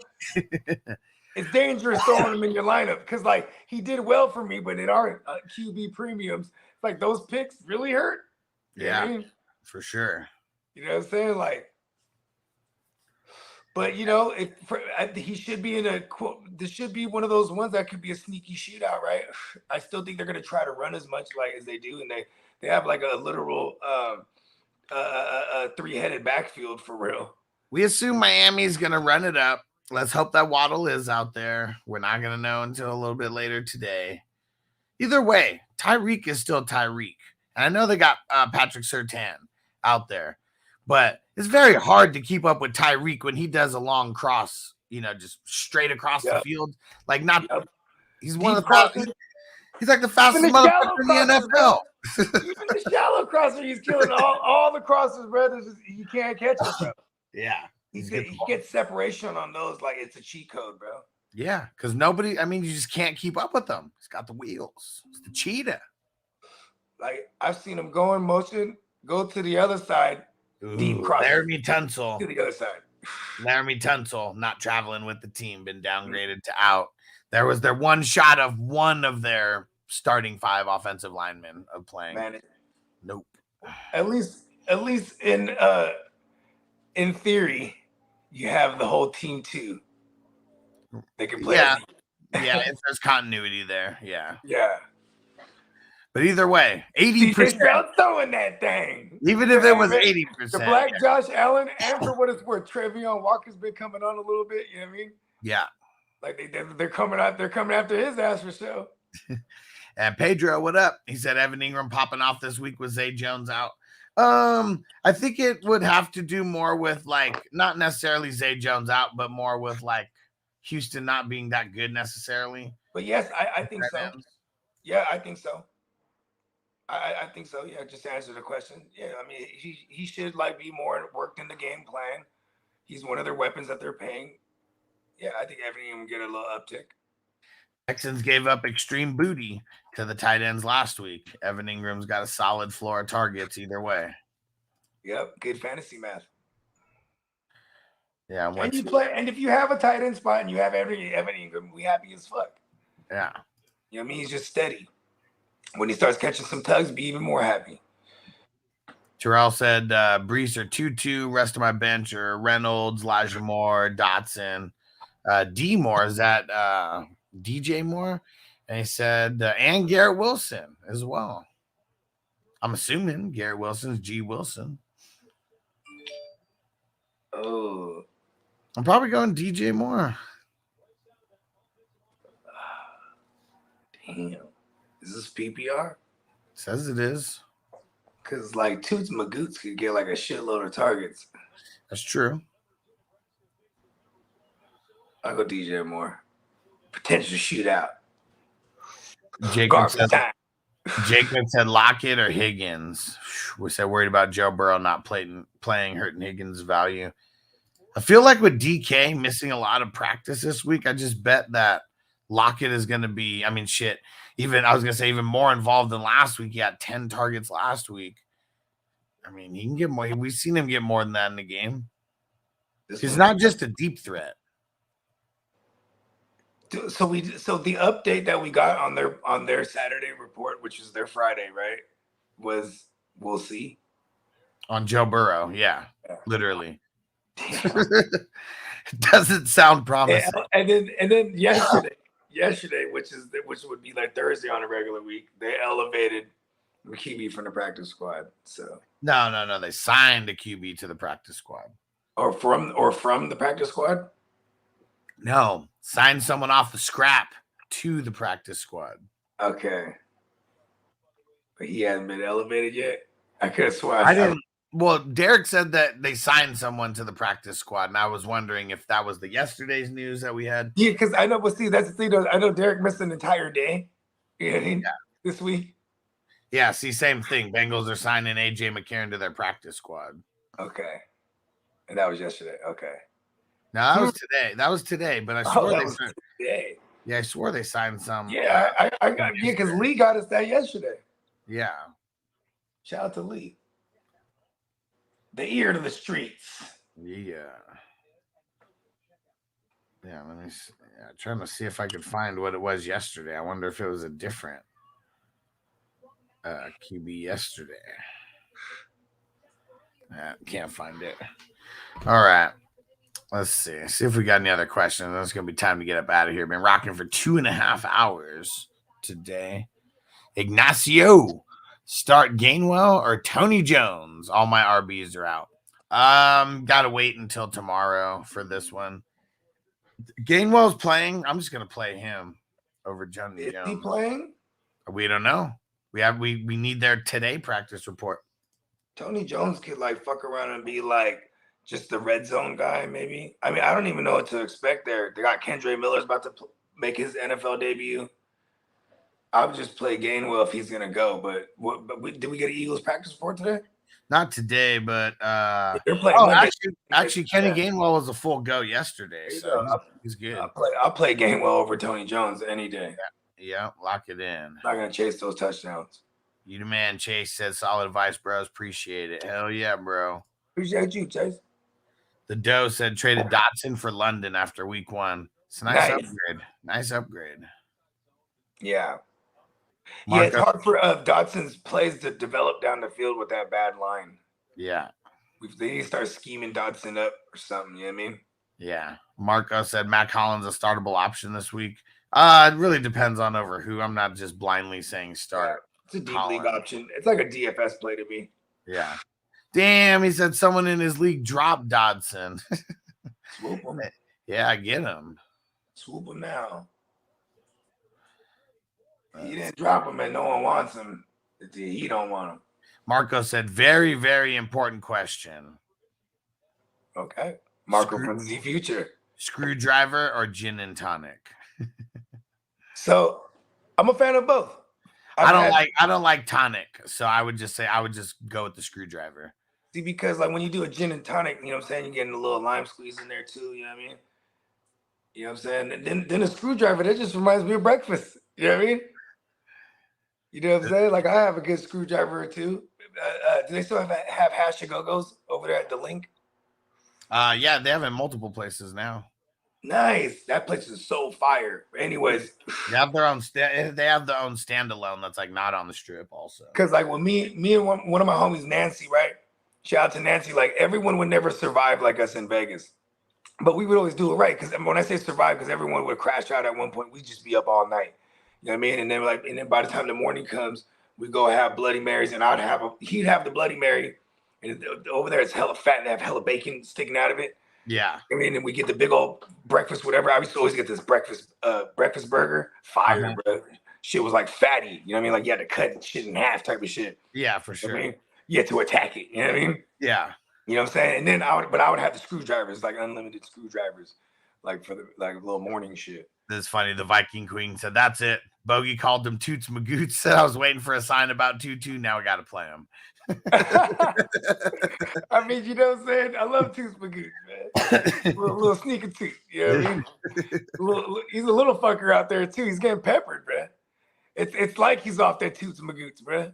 You know what I mean? So fast. Terrell said Minshew or Jordan Love. He said bad weather, I hear. Minshew. I mean, I was going to say Love either way. Yeah. Where's it going to be bad weather at though? We always do, that's why you guys got to tune in the morning, because that definitely does, like, you know, we do the because I'm also a weatherman, right? Yeah. Yeah, meteorologist, that what they call it? Yeah. Look at me. There you go. There it is. No, Bogey has a lot of degrees. He has multiple degrees in medicine. Mm-hmm. Degree in what do we say that shit? He's a weatherman as well. Yep. I'm also a scientist, you know what I mean? My greatest experiments were my children, you know what I mean? I created them. And we just got an update about Puka, and this must be because of Monday. Yeah, because it's like their Friday. So that Puka did not practice, but he is expected to play still. Bomb. Bet you he plays all the snaps too. How the fuck they get this? What do they know about this kid? They're like, this kid. We just put him in the bubble wrap. Damn. Saints are signing Carl Granderson, 4-year, $52 million contract extension, $35 million. Man. Okay, now my next question. That's a big old bag. That's a defensive end, right? Yeah. Yeah. Okay. See you there. Damn, they gave him the big bag. That's like, get out of the way. Get out of the way, Davenport. Get far from us. Go join the Vikings. Well, yeah. He's on the Vikings and Davenport. I wonder if it's because Davenport went out. He's not even playing this week. Like, you know what? All right, we're just gonna lock this guy down. Like, this is the reason why. Chris said, I got Nico, Coop, Zay Flowers, Keenan Allen. Who do I sit? Nico, Coop. I'm gonna say you're gonna sit Zay Flowers out of these four. Yeah, because Coop is like, he's about to play Tennessee. They should eat. Yeah. I'll sit Zach with you. Pedro said, Aaron Jones, how he feeling about him? Way better than last week. I mean, he got his week sit, and I mean, he's been practicing. Should be good to go. Has Mike Hilton been playing for the Bengals? I don't know. Because that's the guy that'll be on the 2. Jacob said they also signed Reed Sinnett to their practice squad. Okay, so that's what might have been yesterday. Okay, that's what it was. Oh, and Bake said only because the Patriots stole their practice squad QB from them. Oh, okay. Yeah, because that's one thing that's crazy about the practice squads is your practice squad can be poached by the other teams. You remember 2020 when the COVID happened, right? I mean, I remember. No one can forget, right? But anyways, so like, remember they upped all the practice squad numbers, right? Yeah. Like guys had like the number that you could hold. And then when they were having training camp, so like this is why I like Jerry Jones, because Jerry Jones, like, he thinks everything he has is the greatest. So he's like, all my players, no numbers, no names on the jerseys. Or might have had numbers, but no names on them. You know what I mean? Yeah. Because he's like, I don't want nobody poaching my shit. You know what I mean? You know what I'm saying? That shit's funny though. He actually did that. Yeah, he's savage. And Monique said, would you guys start Dalvin Cook over Tony Jones? Yeah, but it's crazy. It's like not that far of a difference. Almost like fuck Dalvin Cook. Like Tony Jones might just fall into the end zone twice randomly, and Dalvin Cook ain't sniffing that. I think like for what New England is gonna do is be like, okay, do not let Garrett Wilson go over the top on us ever. Yeah. And so that's gonna result into a lot of shit underneath happening. And so like, and if Zach Wilson could check it down, I mean, I would be more confident, right? But I mean, maybe that's something that Aaron Rodgers, he learned from Ray Rodgers or something, or because in this system, the fail safe is checking it down to the running back. You know what I mean? Yeah. It's Nathaniel Hackett. It's a Matt LaFleur ripoff. You know what I mean? Yeah. The Doe said, how y'all feeling about my Ravens? I mean, this week, going up against the Colts and Gardner Minshew and all that. Yeah, I'm like 3-0 Ravens. I can see it now. I can see the future. You ready for this? I'm sure there's like zero money to be made on that Ravens money line, but I'm sure we'll get some crazy parlay in there. So, Chris, Patriot Sports Radio. So he sent me a parlay where he just goes like insane on like the parlays. Like it's like a $10 like parlay to win like 80,000. But like last year, he legit hit one for like 30 or 40,000. Damn. Off a $10 one. One like 24 legs. Some shit like that, like something ridiculous. Okay, here's my 15-legger for the week. You ready for this? And seeing all we need to do is throw, we throw $1 on that. That's it. We can get some good coin back off of that $1. I'm telling you, the worst me was 10 years ago because I'd be doing this but putting like 50. 100, Yeah. Yeah. We're about to get rich off of this one. Just throwing away money and shit. That's why I'm having more fun these days, because after having 4 kids, I don't even want to buy Jordans no more. I'm like, yeah. I like having the money now. It's all about having it. Yeah. I went crazy on the Legos a little earlier. And but hey, listen, I promise you though, Legos, and I learned this from you and my boy, shout out to my boy Jimmy. Because Jimmy don't just spend money on shit, bro. Like he spent dummy money on Legos. He's like, bro, it's an investment for real though. Yeah. And then he got hella kids. He got 2 sons. Yeah. And so like he'll buy one to build and buy one to, what do they call it? One to rock and one to stock. Okay, that applies too. I thought Lego had their own one. I mean, I just keep the same lingo for the shoes. One to build and one to chill. I like it. I'll put it on a t-shirt. Oh yeah. And yeah, especially with Noble, it's like almost he only wants to open the Lego sets to get the minifigs. And then he keeps like mixing and matching, the stuff. And like, put this head on this one, these legs on this one. Yeah, and there's like, that's the being a kid part of it. But like, man, we have like so many Lego minifigs. There's like hundreds that you could do that with. Why do we got to do that with like every single one, even the ones that are like going to be super valuable down the road? But see, it's hard to explain value to a child because to them, this is the value to them. You know what I mean? Yeah, for sure. There is no value to him. Like, before Roblox, that's what it was for us. Legos, because when you play on Roblox, you could mix and match your avatar, boom, getting the fits. Like, I know because I didn't spend thousands of dollars on the in-app purchases. God damn it, motherfucking in-app purchases to get you. Man, when did Christmas turn into like they just wanted the motherfucking cards and shit? Yeah. I was like, oh, they're gonna go Christmas shopping in the app. Oh, okay. Yeah. Yeah. Now their Christmas wish list is like on Amazon. And Even my oldest is 16, so it's all clothes now and shit. You know what I mean? Yeah, for sure. And she just shops online. It's like, okay, yeah, all right, do your thing. Yeah. Gift cards. I used to think it was fly when I'd be like, you find something dope. Yeah. See, she was the one that was spoiled because she was the only one for like 6 years or for 5 years before we had our second one. You know? Yeah, for sure. So she was dummy spoiled, bruh. Yeah. I mean, shit, come on. Mommy and daddy's getting it. Yeah. Rap.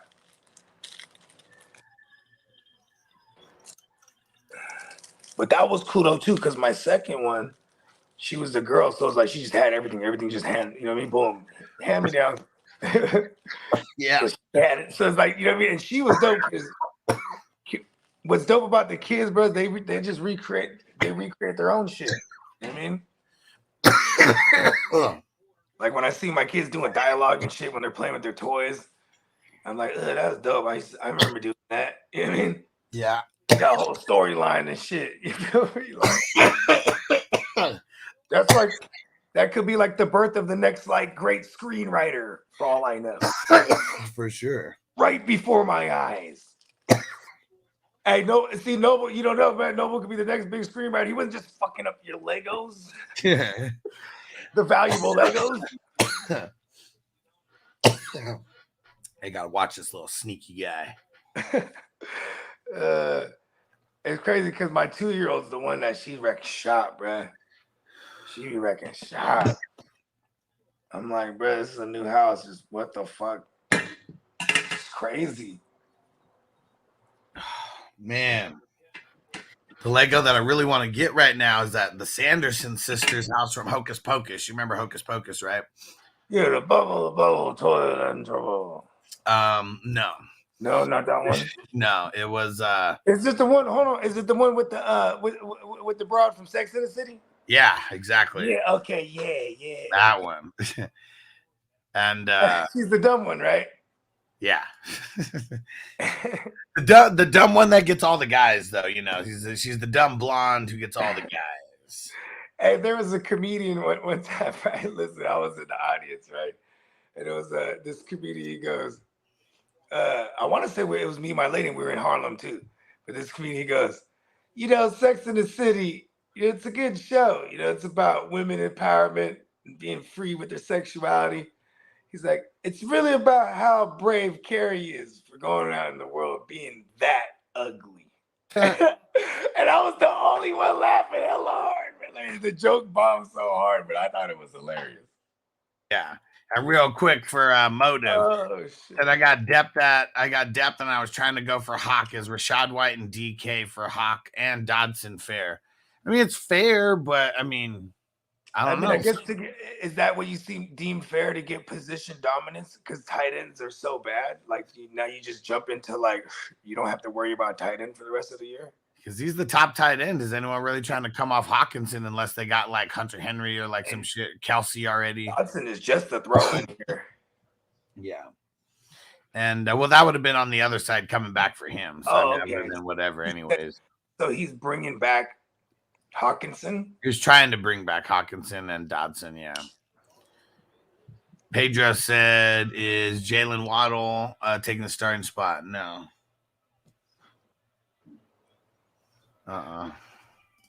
Marco said Dalvin Cook, Mostert, Hubbard, start 2. Fuck. I guess not Hubbard. Mostert and Dalvin Cook? Yeah. That's kind of easy. Yeah. Just play Dalvin Cook right now. He's like the lead back, honestly. Like he's gonna get more work than Breece Hall, I feel. Unless you tell me after 2 weeks they're gonna all of a sudden ramp up Breece Hall. You know what I mean? Like I feel like they're easing him back in. Callie Maid, what up? Said, with Zay Jones out, should I play Christian Kirk or Drake London? I'm going to say Drake London versus the Lions. Damn, right.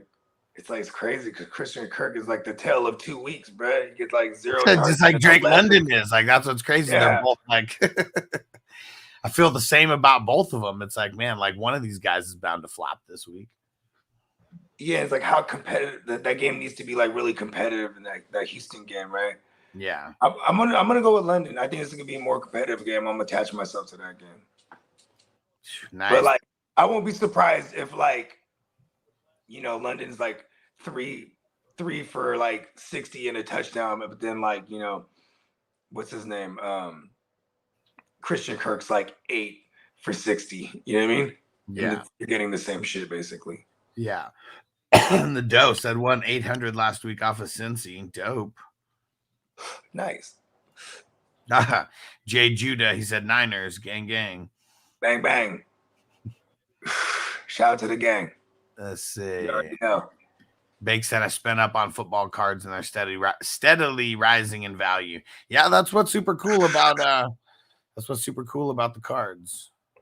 Super cool. Yeah, that's dope, Bakes. I know Bakes got a. How old's your little man, Bakes? He's like, I think he's like a teenager, right? I think so. Yeah, you got a little man for real. Yeah, my little man's 4 years old. Like, you know what I'm saying? I'm waiting to see what he's into too. He's, what's tight about my little man though? He's like his mom's in a sense where everything is neat, right? Takes care of all his shit, keeps it all together. But it is annoying though, because like he carries like a load of everything with him though. You know what I mean? So I gotta count all the items and like, you know what I mean? I gotta fucking itemize this shit. Okay, all right. Because he about to, I want to take it to my grandma's house. Okay, hold on, man. Because I'm not finna be looking here for 2 hours when it's time to go for a goddamn little fucking piece of whatever the fuck. You know what I mean? I do the inventory check right away. Okay, we got it. Let's go. That's the thing when they go backpack and take all this shit. I gotta take 33 items. Shout out to our homie Bob that just showed up. What up, bro? And Jay Judah said Christian Kirk, Jacoby Tutu. I'm gonna go Jacoby on this one, slightly over Tutu. Kirk would be like the number 3 on here for me. Jacoby, Tutu, and Kirk in that order for me. Monique said Gabe Davis went off last week. Am I falling into a trap starting him, or should I start Robert Woods? Higher upsides with Gabe Davis. Yeah, I mean Robert Woods is safer, and I like to tell people the safer option. So Woods. You can definitely exploit the outside corners right now for Washington. Look, what has Washington gave up so far this year? Just last week alone, like the Brandon Johnson and the Marvin Mims thing was wild. Yeah, they've given up. Let me see, 1, 2, 3, 4, 5, 6, 7th most points to wide receivers so far. And here's the thing. And most of it was only from week 2. That's what's crazy. Yeah, but this is a trend that goes back the last 2 seasons, though. Yeah. Remember, there was a point they were giving up an average of 280. You remember that shit? It was like, start everybody in Washington. Yeah, they only played. They played Arizona week 1. So yeah, so that doesn't really count. I'm just more so pointing this out because this is the trend that continues. They have young corners there, so maybe they develop, but not right now. I'll play Gabe Davis. We got Tebow in the house. That start 2. Puka, Kyren, Dotson, Addison, Nico. Starting Puka. Puka and Nico. Addison, I like Addison. You're looking for the big one right now. Pause. Yeah. I mean, he's not really consistent in targets right now. Even the amount of snaps that we like. You know what I mean? 69%. Yeah. he probably jumps up. I mean, he probably jumps up. You know what I mean? I'm with you on what you originally said, Puka and Nico. Yeah. I'm with that also. Yep.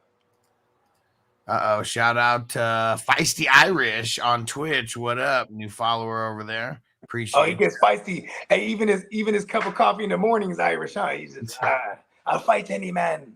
He said, is Garrett Wilson too risky to throw on my flex spot?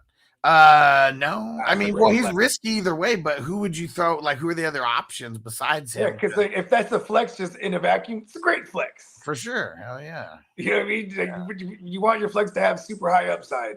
It's, you know what I mean? Is it a bad? Does it suck that he has Zach Wilson throwing the ball? Sure it does. But one thing that he does have going for him is there is multiple Patriot DBs that are down. While we were on the show, we got the update about Jonathan Jones that he is not playing this week. Ooh, that's their best corner in my opinion. Yeah, for sure. I mean, that's their number one on the depth chart. Yeah, but I'm just saying, like when you watch him, he's good. Yeah. Yeah. That's why they move on from JC Jackson. Like JC Jackson was good, but it's maybe more of a system thing. You know what I mean? Yeah, and so like either way, he's going to be getting double and triple teamed a lot of the game, but you know, maybe he can beat the double team of some scrub DBs over there for the Patriots. Maybe too, like, you know what I mean? Get him up, just some manufactures the ball in his hand somehow. God damn it, Nathaniel Hackett. Mm-hmm. And okay, yeah, Marco, yeah, Mickey Mantle rookie card would be nice to have, yeah, for sure. Only worth a couple $1 million, that's all. And Big said, yeah, my boy's 15. He's into his PS5. Said Overwatch and Minecraft. Okay. Yeah. Hey, real talk. Mine's about to turn 16 in November, right? And yeah, like that PS5, she's on that thing. She don't even, it's in her room, but we can't even play it. Like that's shady.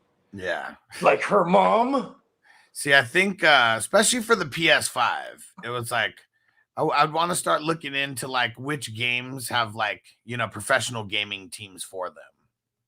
You know, those are the ones like, I mean, I don't think, you know, like NBA 2K, for example, I know they got, you know, like teams and all that kind of shit for that on the professional level for the esports. It's like, that's one game you got to get good at. And then I who knows all the other ones that they actually, that they have the pro teams for.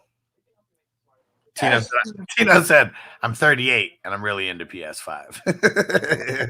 I know. I almost have to get one just to have. Here's the thing. I had to quit video games like fucking, but yeah, basically like I'd say 15 years ago. Yeah. You know, because I probably played video games like Street Fighter 4 came out on the PS3, and that was when I just had my first child. So I'm in the crib a lot that year. Yeah. You know? I was just on. She's asleep. Boom, I'm on it playing online. Remember PlayStation used to be free. Yeah. So you know what I mean? To play online. Right. Yeah. You didn't need to have you have the $60 a year shit or whatever. Candlestick, he just had his. You know what I'm saying? He just had because our kids are like maybe like I don't know, like 8-9 months apart. Okay. So boom, we're just in there gaming, playing Street Fighter. Yeah, see, I need to raise some money for a PS5 because I want to get one so we can like start gaming, you know, and doing that shit. Especially like I want to start doing it now with like Madden, you know, maybe like one day a week or something. We pick the teams of the matchup of the week or whatever. They got that new Mortal Kombat came out, bro. I'm seeing commercials for that like every day. Like, man, that shit looks cool. It's crazy because my boy, shout out to my man Jimmy. He sent me this. I'll send it to you, but it's a link. It's the whole. Somebody played the whole game through already. Like, shit! It's like the adventure mode or whatever, story mode. Oh, they have the story mode for it too. Yeah, it's like a whole movie, bro. That's fucking tight. It's legit. I thought it was just gonna be the versus mode. Like, it's got the whole story mode too. That's dope. I mean, they've been doing that shit for like the last like 10 iterations. You know what I mean? Oh well, I mean that shows you how much I've been paying attention. Yeah, I know. I haven't played it since like the last 10 iterations. Like. I think, you know, it's funny, maybe even more than that, because in 2008, that was like the last Mortal Kombat Deception or whatever it was called, right? Okay. Because I remember me and my girl, she was pregnant at that time. Oh, no, we just had our kid. And so we would game on that shit, but it had like it had a side game in there. And it was the same game makers that made this shit before. So it was just the Mortal Kombat version of it. But you know, where like the blocks come down, not Tetris, but it's the colored blocks with different shapes. Yeah. Like different gems. There you go. Yeah. It was that game. You know what I mean? You know what I'm talking about? Yeah. So it had a Mortal Kombat version where like the little big head version up there in the middle, and they just fight. For sure. Yeah. She would always whoop me in that shit. I'd be hot, bro. Be hot. She's like, and I've been seeing her stacking her little reds up, like, oh, you always do that to me. You always do it. Then she gets the diamond. Tino said you guys got to try VR. It's like you're in the actual strip club. Hey, my homie had the best story, bro. You ready for this? Yeah. I've heard this one, but go ahead. Go ahead. It's fucking hilarious. And my boy's a pretty big dude. He will remain nameless, though, right? But he's like super gamer and all this shit, right? And he got the VR shit, he's like, he kept raving about how like the porn's hella crazy, right? So he said, he's like, yeah, bro. He's like, man, check this out, bro.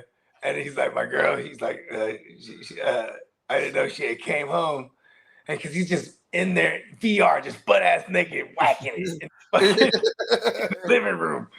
She comes home for lunch. You know, he's so immersed in this shit. She don't even know she's just eating. She's just filming them and shit. Leaves and shit. You know what I mean? He said he hears the door too. You know what I mean? But because she just comes home for work. I mean, she says she don't work far, but she came home uncharacteristically for lunch. You know what I mean? And then like she just sends a little picture of him or a video or whatever the fuck it was. And he's just like, and she's just laughing. She's I'm gonna tell everyone. So, you know what I mean? He beat her to it though. Because when he told me, he was like, I'm gonna tell everyone. On the podcast even. He said I was like, so what were you doing? He's like, I was standing, bro.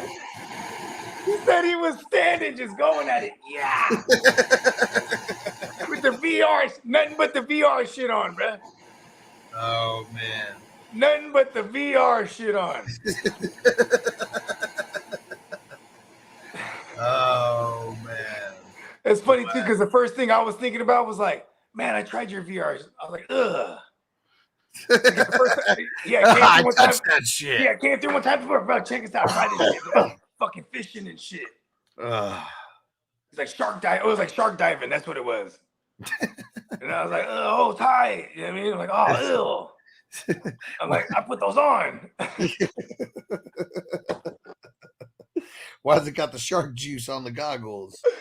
He's like, it's so real. Fuck. Oh, man. Tino said homie got caught with the bro goggles on, no pants. LOL. He was going in, bro.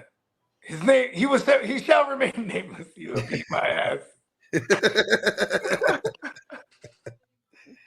Oh, man. This shit's crazy. He said, my RBs are dog shit. Oh, man. Hey, it's rough. It's hard out here for a pimp. And he said, who do I play?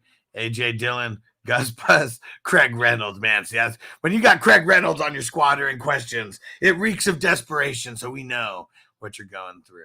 Yeah, man. AJ Dillon with Aaron Jones coming back and against the Saints, and then there's the Gus Bus, who's like the only guy. Yeah, I'm just going Gus Bus. Yeah, go the Gus. Yeah, fuck that, man. Burr, burr. Get on the bus. Just Dre said Addison going crazy tomorrow. Kirk's tearing up the Chargers D. I can agree with Kirk tearing up the Chargers D. I think that he's going for 300 plus again easily. Yeah, we're going 5,000 this year, Kirk. Let's fucking go.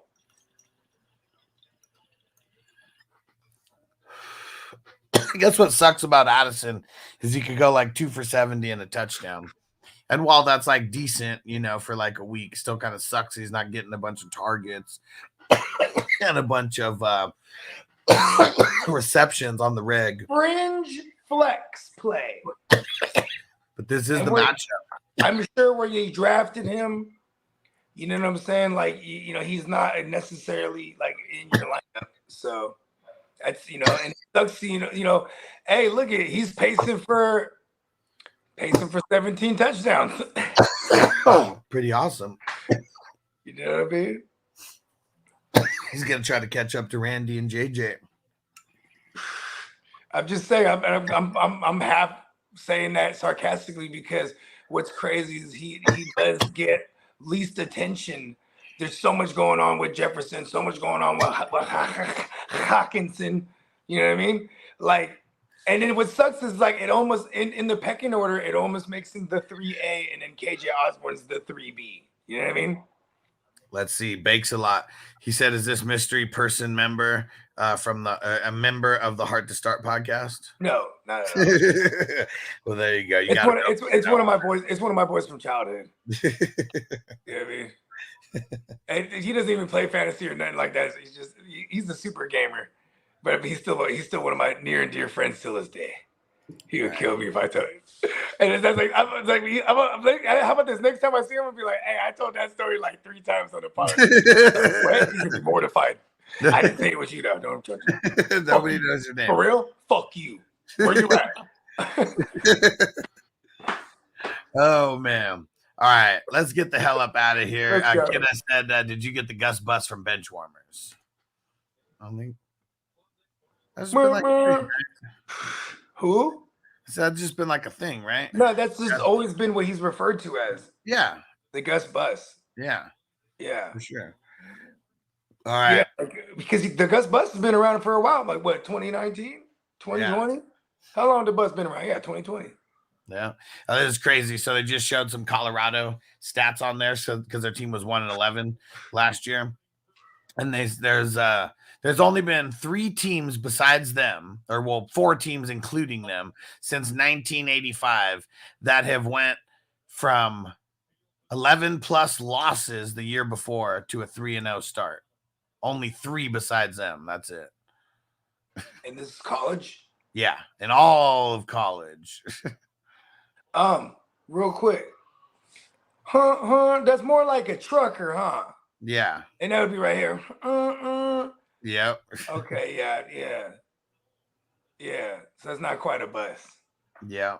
Well, let's get up out of here. Make sure you guys go hit the download button on the podcast, on the Fantasy Football Hustler podcast and the Silver Screen Breakdowns podcast. We appreciate you guys. Go subscribe to all the social media platforms that we're on. Go subscribe to the Fantasy Football Funk. If you're not over there, go subscribe to the Gmm Network. If you're not over there yet. And Bogey, what do you got for us? See y'all at the booty call tonight. Let's go. Yeah. Peace out. Peace. Defense on me. I don't want them to gain another yard. You blitz all night. If they cross the line of scrimmage, I'm going to take every last one of you out. You make sure they remember forever the night they played the Titans. Here comes the, here comes the, here comes the, here comes the, here comes the,